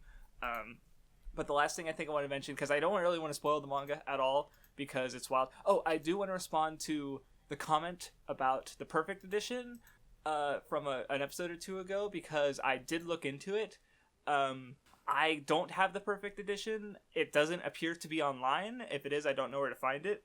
I did see people discussing a change it makes, or rather, it's like there's something that happens in the manga where a character may or may not have died, and I say that because the idea that they died is so hard. Like, it goes against something that you're thinking, like, the whole manga, so it's weird to think of it as being anything but that, where the perfect edition apparently makes it more clear as to that fact that that character did die, and that kind of recontextualizes a major angle of the story for sure, which is what the comment was bringing up a while ago. And so I have not read the series with that in mind, but the people discussing it seem to agree that it made sense if you, with certain things. But I just want to say, as far as like if I don't know what other changes the perfect version makes, but like Vindy, if you were going to reread it, I can just tell you what it is, so that way you can just have it in the back of your head while rereading the manga. Because I literally, even like again, this is the third time I've read it, but even still, like because I just forgot, like I remembered, like friend wrong, basically, if that makes sense to say it without spoiling it. So yeah. I know I will not remember friend correctly if I reread it now. No shot. Okay, yeah. So I'd have to tell you because like it's like tell you both what I thought anyway. But we'll worry about that another time. And the last thing I want to mention is to another thing I think is neat about the manga is that like because it is a thriller / mystery. Like it's not a mystery in this like a murder mystery sense, but there is like the identity of the friend and what the fuck is he planning. Like they're trying to figure shit out through the whole thing. It's like a Da Vinci Code National Treasure kind of mystery. Yeah, there you go. Except instead of like actual like real. Like, okay, hold on. History, do not shit talk National Treasure. No. What I was just gonna say, instead of like actual real life history and stuff, that it's literally just the childhoods of the main characters. Like that's what. For a second, I thought you were gonna say I thought you were gonna say like except good, and we're gonna have beef, like hands thrown. But mostly because like it deals with like the unreliability of memory. Like the characters will literally like struggle. Like they literally knew the main antagonist when he was a child. They just don't fucking remember who it was because they're fucking like at the start of the series they're like almost 40 trying to remember 30 years back and being like shit. I'm old. Just like you. They're just like me, for real. They're just old, and then they get older across the story, so it becomes even harder, right? But one thing I like about how sort of things are revealed is that one thing Urasawa will do is he'll have multiple characters come to the same conclusion at roughly the same time, but in different ways, which I think is interesting as a mystery because I think going through something like Detective Conan, there's this idea that a mystery has like one right answer and there's generally we only see one path to that right answer. Or I think of it like playing Danganronpa, like you can know the answer to the mystery but you have to go through the game the way the game wants you to, right? But I like how Urasawa does it where it's like there's multiple ways to get to the right conclusion, which I just think is a neat way to handle. I mean, again, it's not a mystery in the same way. Like I don't think you can predict who it was from the beginning. Like there's even a character in the manga who is able to figure out a bunch of shit from the beginning. Doesn't work out well for that person, but it's it's just I just thought it was a neat way to handle the story in a way I don't remember. I mean, maybe he's done that in other things, but I didn't notice it in Monster. I don't remember noticing it in Monster, or it might have happened to Pluto too. I hadn't thought about it until reading this manga, so I hadn't thought about those series through that lens. And I guess as far as Urasawa goes, I think the only major works I need to read or reread are Happy, Yawara, which I've read neither of, Master Keaton, which I also haven't read, and then I need to reread Billy Bat, which is what a manga. Maybe actually incredibly good. I read it as it was ongoing for like 5 years, or after I caught up, and then it ended like 5 years later, and I can tell you some things that happened in it. Just lose the sauce at a point. Like, I'm sorry, I'm gonna spoil a little bit of Billy Bat, but this is like spoilers. I swear to God, this is like halfway. Yeah, I've spoiled this specific thing on the podcast before, but this is like halfway through, and it's like this isn't even the craziest it gets. But like right around the point it gets to like Hitler created Mickey Mouse to cause 9/11, I just like I can't follow it anymore. And maybe that's on me. Did you read it like? I did read it all. Okay, I read it pretty, relatively quickly.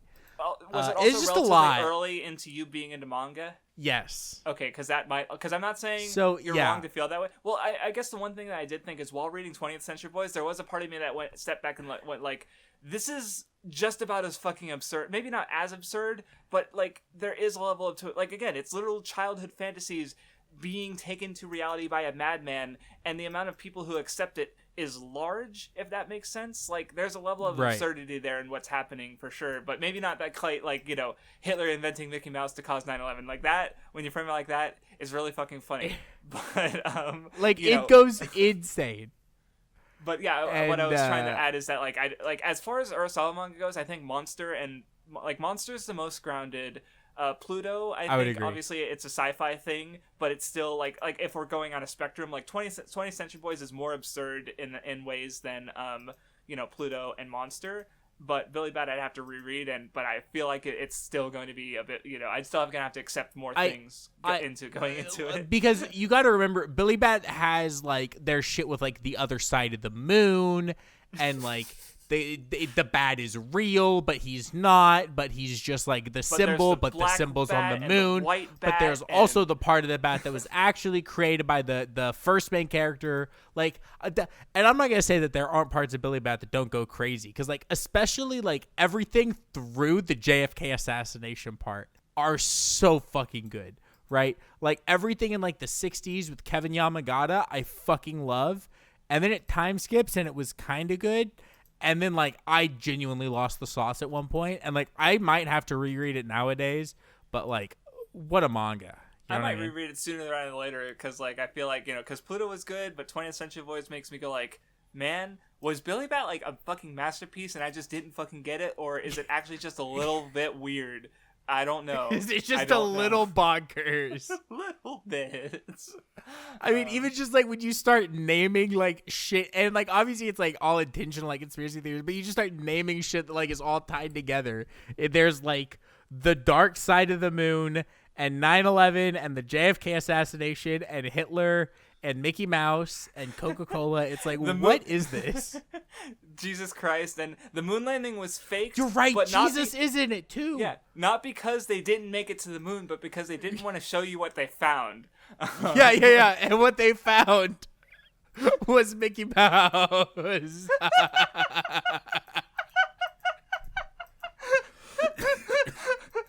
God, I love it.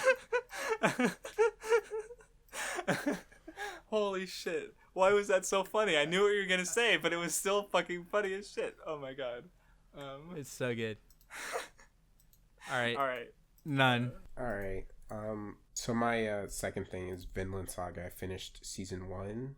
Oh? I thought I wasn't going to finish it by next time, but I actually watched quite a bit of it and finished it. Where does season 1 Pretty early, I guess.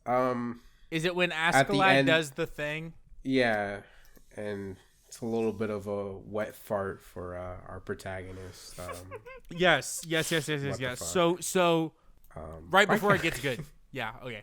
Yeah, that's the thing I was going to actually say about Vinland is like it very much feels like the prologue to the story. So it's like I literally I wasn't like super into it. Like it's all right, but like yeah. It very much had that beginning of the story kind of feel to where so I don't want to give... Didn't have much to latch on to for quite a while. What did you want to say? I was just going to say, like, to not give any spoilers, just like... I'm sure you've heard people talk about, like, the farm arc. Yeah. That is, like, the very next arc, and it is, like, what bases the story for the rest of it going forwards, and is, like, the best part of the series, I think, by far. So, that's, like, immediately next. So, it's just, like, yeah. Farmland Saga, fair. Let's fucking go! True. Yeah, kind of my issue with season 1 was like I feel like I would probably enjoy the story more if I was able to go through it a little bit faster, because like I think Thorfinn, with the way he was in this beginning portion of the story, since he's very detached and not getting like he purposely doesn't really want to get attached to anyone and kind of wants to be on his own and wants to focus on getting his revenge.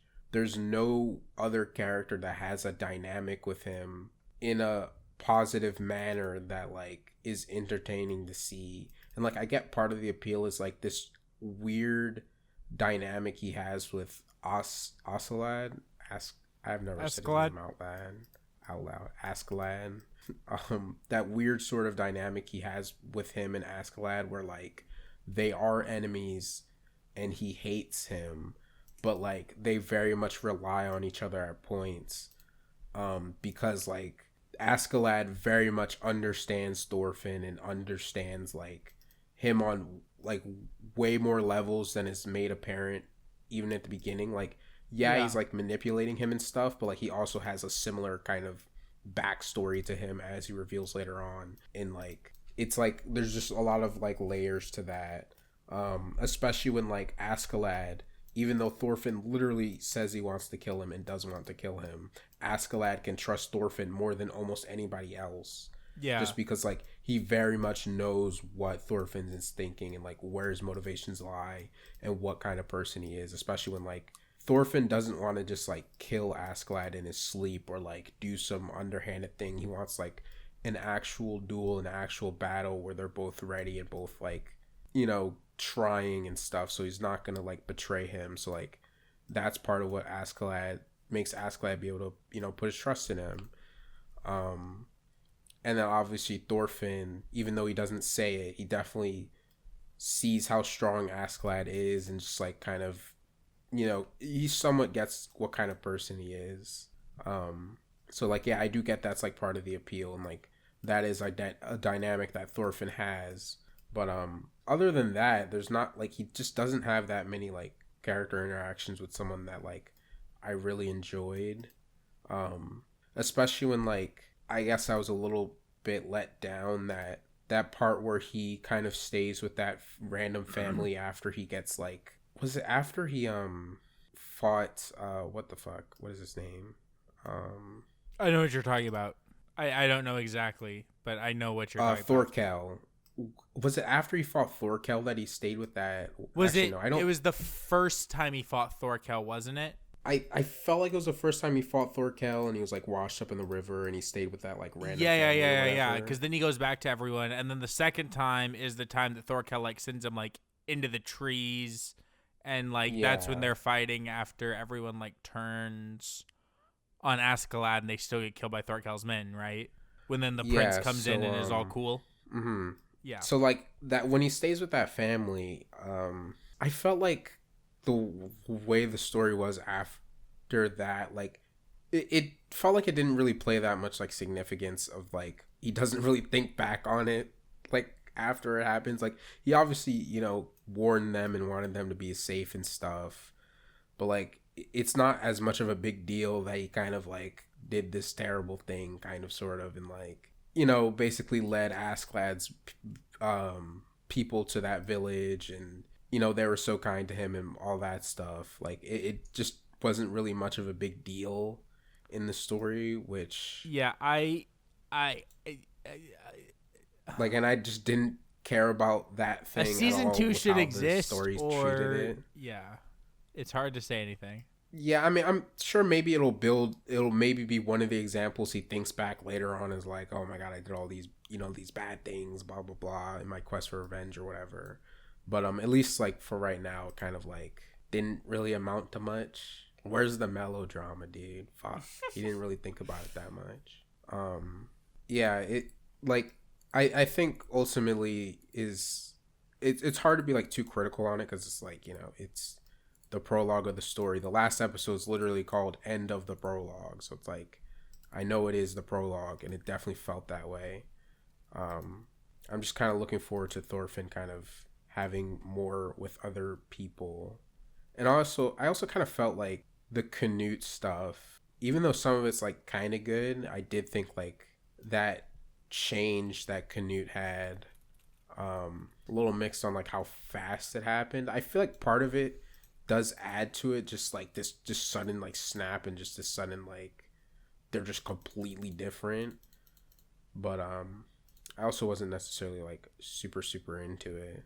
Yeah, I think it's one of those things where, like, it's not like, it is a snap as opposed to, like, a slow burn, but, like, at the end of the day, the role it plays in the story is ultimately, like, a lot more minor than I think it seems. So it isn't a big deal, like, looking at everything in totality, if that makes sense. Yeah, it's definitely a very, like, I'm like, only looking at the prologue of the whole fucking thing. It's hard right because the story takes quite a it takes a pretty dramatic shift from the next arc onwards, and I think that, like, it's what the anime has to do, but it's very interesting because, like, I don't want to give anything away, but, like, a lot of people who drop Vinland at the farm arc drop it because it isn't what they thought it was. But people who, like, read it for it, like, it's really good, but it is, like, a huge shift in the series. And so it's hard because like what the first season is just like it's so hard to look at as just like its own thing almost. Because it really is just like a prologue to the story and like just like almost setting a tone and then Yeah. Yeah. One thing that I thought was like, oh sorry, no, go ahead. I was just gonna say because so with me with Vinland Saga is I read it and I caught up to it probably at Farmland Saga, if not somewhere in there, and I read it ongoing monthly for a good few years. And I feel like you'll definitely like where the story goes from here, or at least you're more likely to like it than not, if that makes sense. Like you might just be at the point where it's like you hate it. Not. I feel like. I mean, I don't hate it now. Okay, then I feel like you can't really hate it more based on what happens next. I feel like it'll only go you'll up probably for you love it if it doesn't stay the same. So, one thing that I thought was like kind of insane was like something that I've never really heard in some kind of other piece of media, which is like when they went on that whole thing about love actually being discrimination. Well, that's not what they said.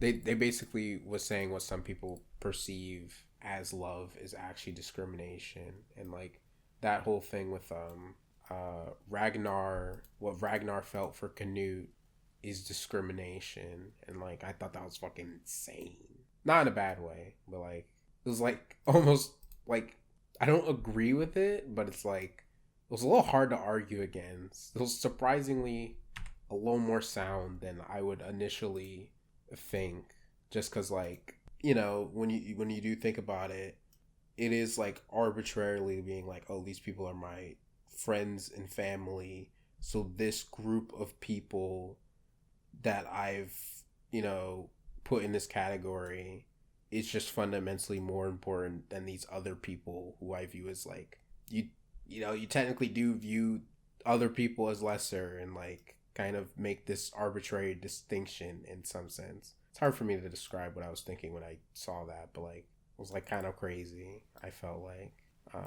well, interested to see what they do next slightly, I guess.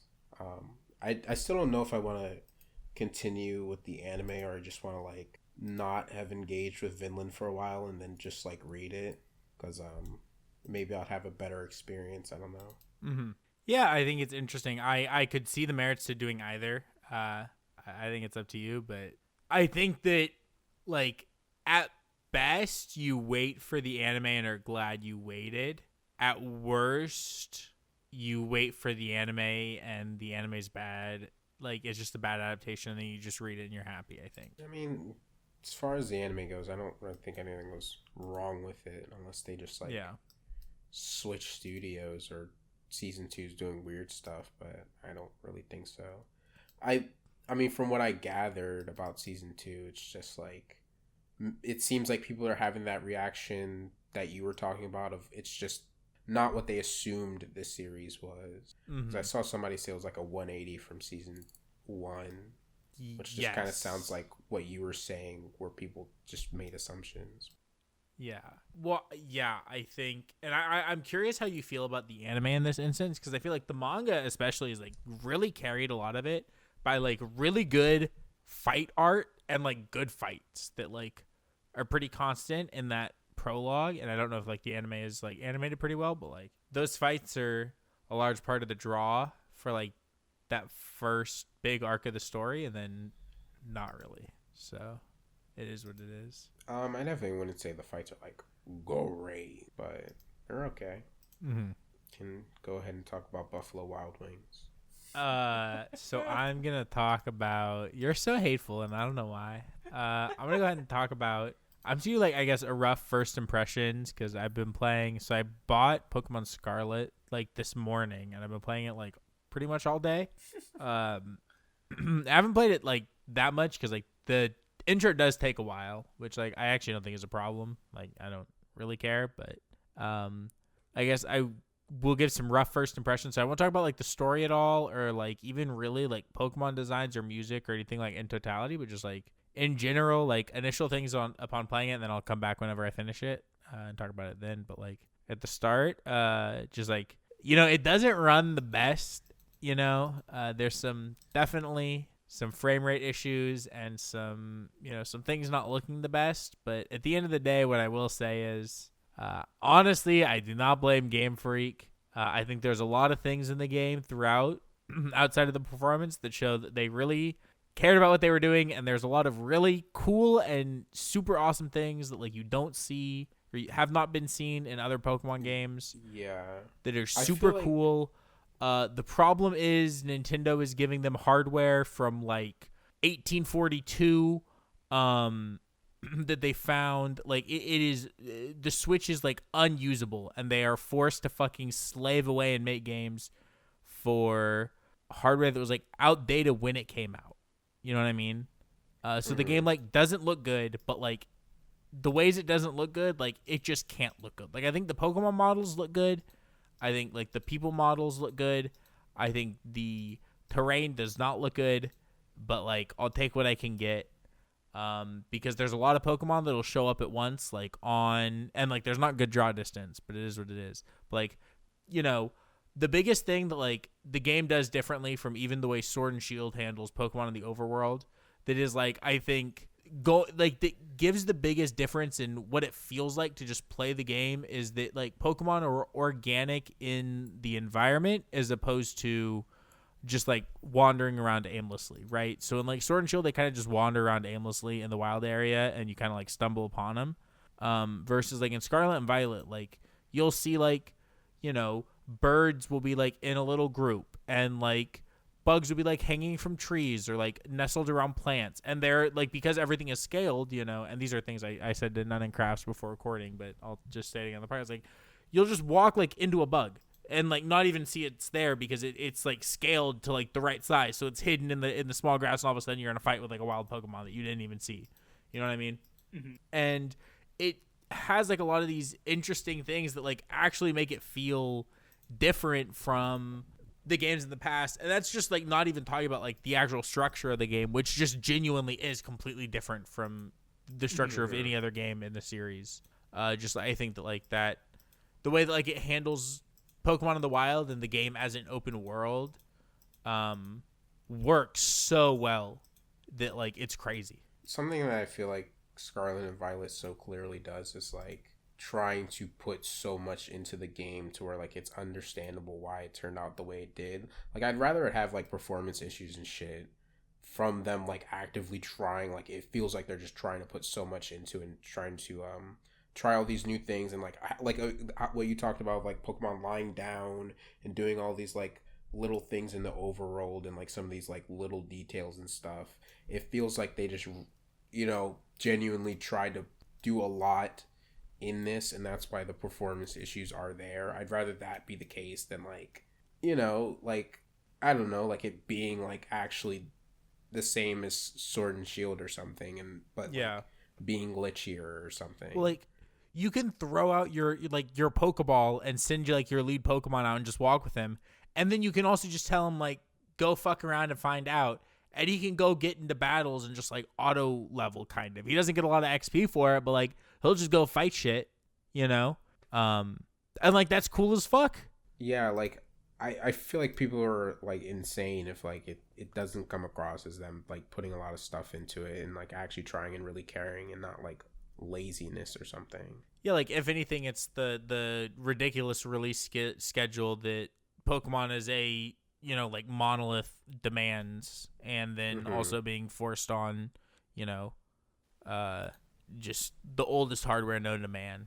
It's like the release schedule, and then like them like actually being ambitious, and like because like they definitely could have put like less into the game and then focused on like having it run fine.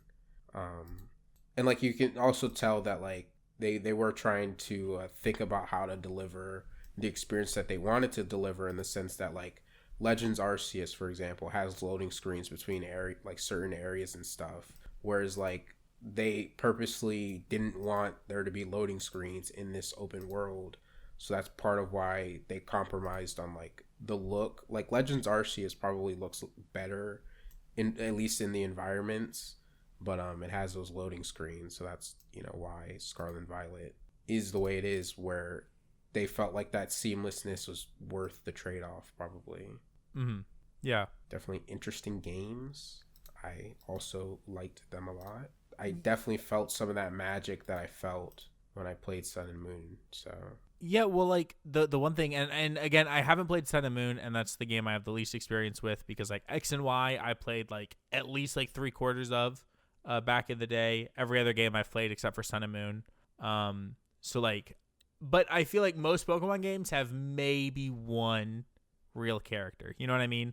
It's like there's In or there's, fucking Hop.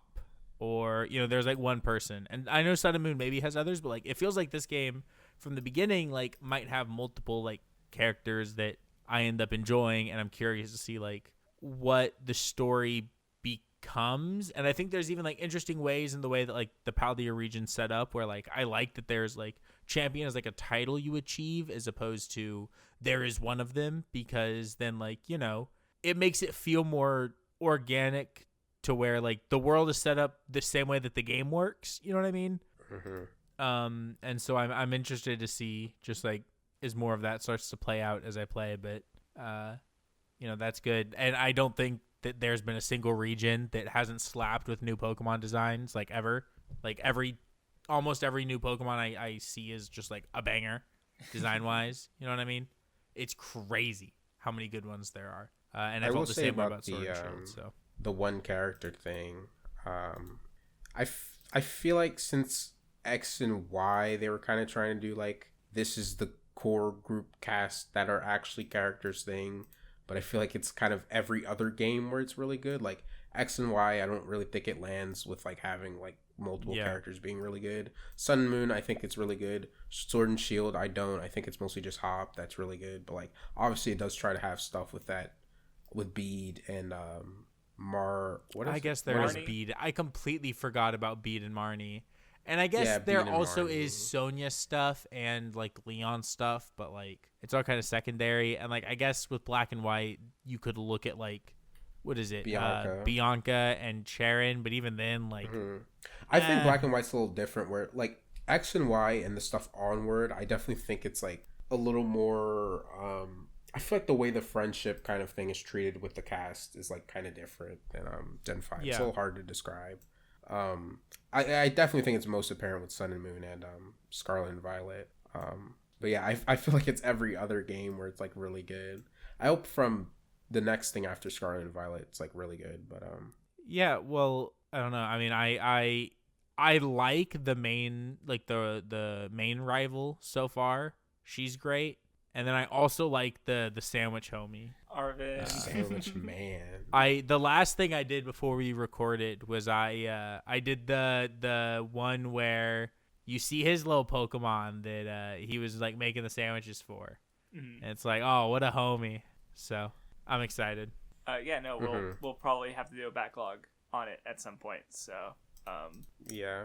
I want to look a little more into what I was talking about a little bit, because it was specific. I remember it was specifically pointed out that like it's the current director of Pokemon's like kind of general style with how he handles like the friendship of the groups, and like that's very much like his contribution. I mean, in general, like Generation 6 onward, I feel like is very maybe not different, but like it feels like a very clear shifting point, if that makes sense, between 5 and 6. If that you know what I mean. That obviously we talk about as we play through the Pokemon games, but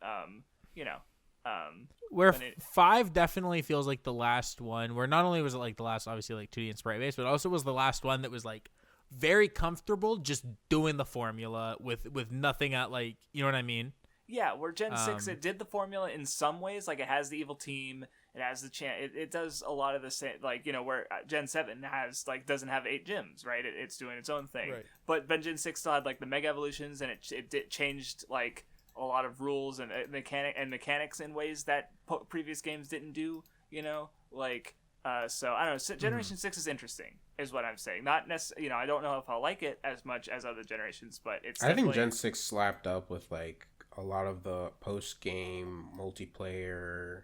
Streamlining of like shiny hunting and like kind of that kind of activity. Streamlining of shiny hunting and like team building and stuff is actually huge for Gen 6 and does go crazy. Yeah, that was insanely good. Like as well as like competitive stuff back then was super cool. Them allowing, from my understanding, if you have XY, Omega Ruby, and Alpha Sapphire, like just those 4 games allow you to get the entire national dex up to that point. Like, it sounds ridiculous to say that, like, wow, it's so good of them to do that.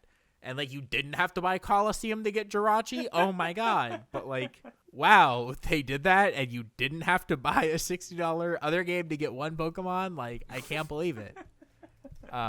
Yeah. But, yeah.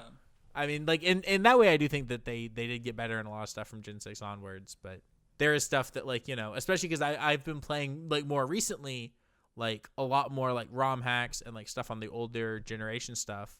And, like, there is stuff about, you know, old Pokemon that, like, I do like a lot. And, you know, I don't know. There's some stuff about Pokemon that, like, has been around the whole time that I think should just go away. Like, trade evolutions are genuinely bad and I think should never, like, should not be in it.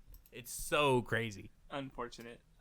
Looking forward to you finishing. Right. Yeah, I'm not going to talk about it anymore until I finish it. But what do you have to say, Craftsdwarf? What's your thing?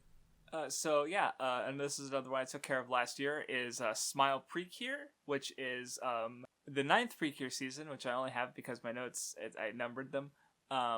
It's very fucking good, except for the series that I have yet to watch / rewatch, which I think would be a particular Alamode and Hugto Precure. It's currently my favorite Precure season, basically. It goes fucking hard. The cast is really fucking good. The main character is a dummy. There's the fucking hot-headed tomboy red one. She's very good. The yellow one, Yayoi, she's just like, they just decided, we're gonna make a Craftsdwarf character to a fucking T. Like, she is fucking adorable. So, like, she's the lightning themed one, and whenever she does her big attack, like, there's a big thing of lightning behind her, and it literally scares her every time. Like, it's part of her, reused animation, is her gasping out at her own scary lightning, which is just so stupid. It's funny. And in her transformation sequence, she literally does, like, rock, paper, scissors, and it's a different one every episode. Well, it's obviously one of the 3, but it still, like, changes per episode. So I can legitimately, unironically say that I have played fictional rock, paper, scissors with a fictional character for, like 30 times. Yes, that I'm a fucking grown-ass man, but, yeah. And it's just, like, it's just so insane. Like, like, every episode is good. All the characters are good. The villains are good. Like, it's just peak fucking Precure. Like, it's insanely funny. Like, there's one episode where the pink one gets turned into a giant robot, and the yellow one, Yayoi, she's, like, into superheroes and mecha, but then 2 of the girls, One Piece, where they do the jokes where the girls don't like it. That's how they are, and they literally have, like, a giant robot battle with the antagonists, and it's really fucking stupid and very silly. But then it also just hit you with the narrative stuff that's, like, really fucking good. Like, there's one episode with Yayoi dealing with, her deceased father and sort of the emotions from that. And then there's, like, one episode I remember where it's, like, the green Precure. She's like a big sister to all of her siblings because her parents are kind of busy. And in one episode, the villain literally tries to kill her family. And, like, oh god, that one was really good. And it's just, like, I don't know. I feel like, as far as Precure goes, like, it's kind of hard. I like every season to some degree, except for I don't really care for Futarewa, or at least not Max Heart. Like, the first one's okay. Second one didn't do much of anything for me, really. But Smile Precure goes fucking hard. It was just insanely fun for 48 full episodes, and yeah, I loved it a lot. It's very funny and cute and good. And, just good cast, just solid production all around. Like, it's just, yeah, it's basically everything I could want from a Precure season, pretty much. So, yeah, I think that's about it, yeah. All right. Nun, what do you think you will talk about next week? I know exactly what I'm talking about next week, but I'm not going to say. Oh? It's not Code Geass. I mean, I am talking about Code Geass next week, but that's not what I'm hinting at. I'm excited. Hopefully. It's the Last of Us TV show. Hopefully. It's the Do you Code think that Geass silence DS speaks volumes? What was that? All right. I will talk about who fucking knows, dude. You know what? Anything. Yeah, I don't think I'm gonna have anything finished by next week, really. So Should go to Burger King and finish a meal. What is it with this guy today, dude? Well, now it's like, what's okay? So your meme fast food thing is Buffalo Wild Wings. Mine is Burger King. What's Nuns? That's my question. Fucking, I don't know. Whatever he mentions first is gonna be the fucking death of him. I swear to God. I'm not mentioning anything. Yeah, I know, because I fucking warned you. Dude, it is taking everything in my power to pull myself back. What? Thank you guys for watching this. No, I episode wasn't of Weeb done. Club. What? I wasn't done. I was gonna say what I might talk about next week. Craftsdwarf, go then. Because I'm probably because I finished 20th Century Boys, so I'm gonna I'm currently rereading Beastars, but I don't think I'm gonna finish that by next week. Because I literally just started it today, or no, yesterday. I might Please talk don't about do spoilers on that. Please don't do spoilers. Yes. Yeah, no, I mean, I didn't for 20th Century Boys, or I tried not to, but, I won't, but, I was gonna say, I might talk about, something that just started, which is, Royal Sentai King Oger, which is the new Super Sentai season, because after the first, 3 episodes, I already think it's, pretty fucking good. Or actually, I might talk about Dawn Brothers now that I think about it, because that was the one that just ended, so maybe I'll talk about both, fuck it, I don't know. And then I've got stuff from last year I can still talk about. So yeah, anyway, now we can end the episode because Vindy just wants to be fucking gone. Thank you guys for watching. I will see y'all next time, gamers. Goodbye. Goodbye.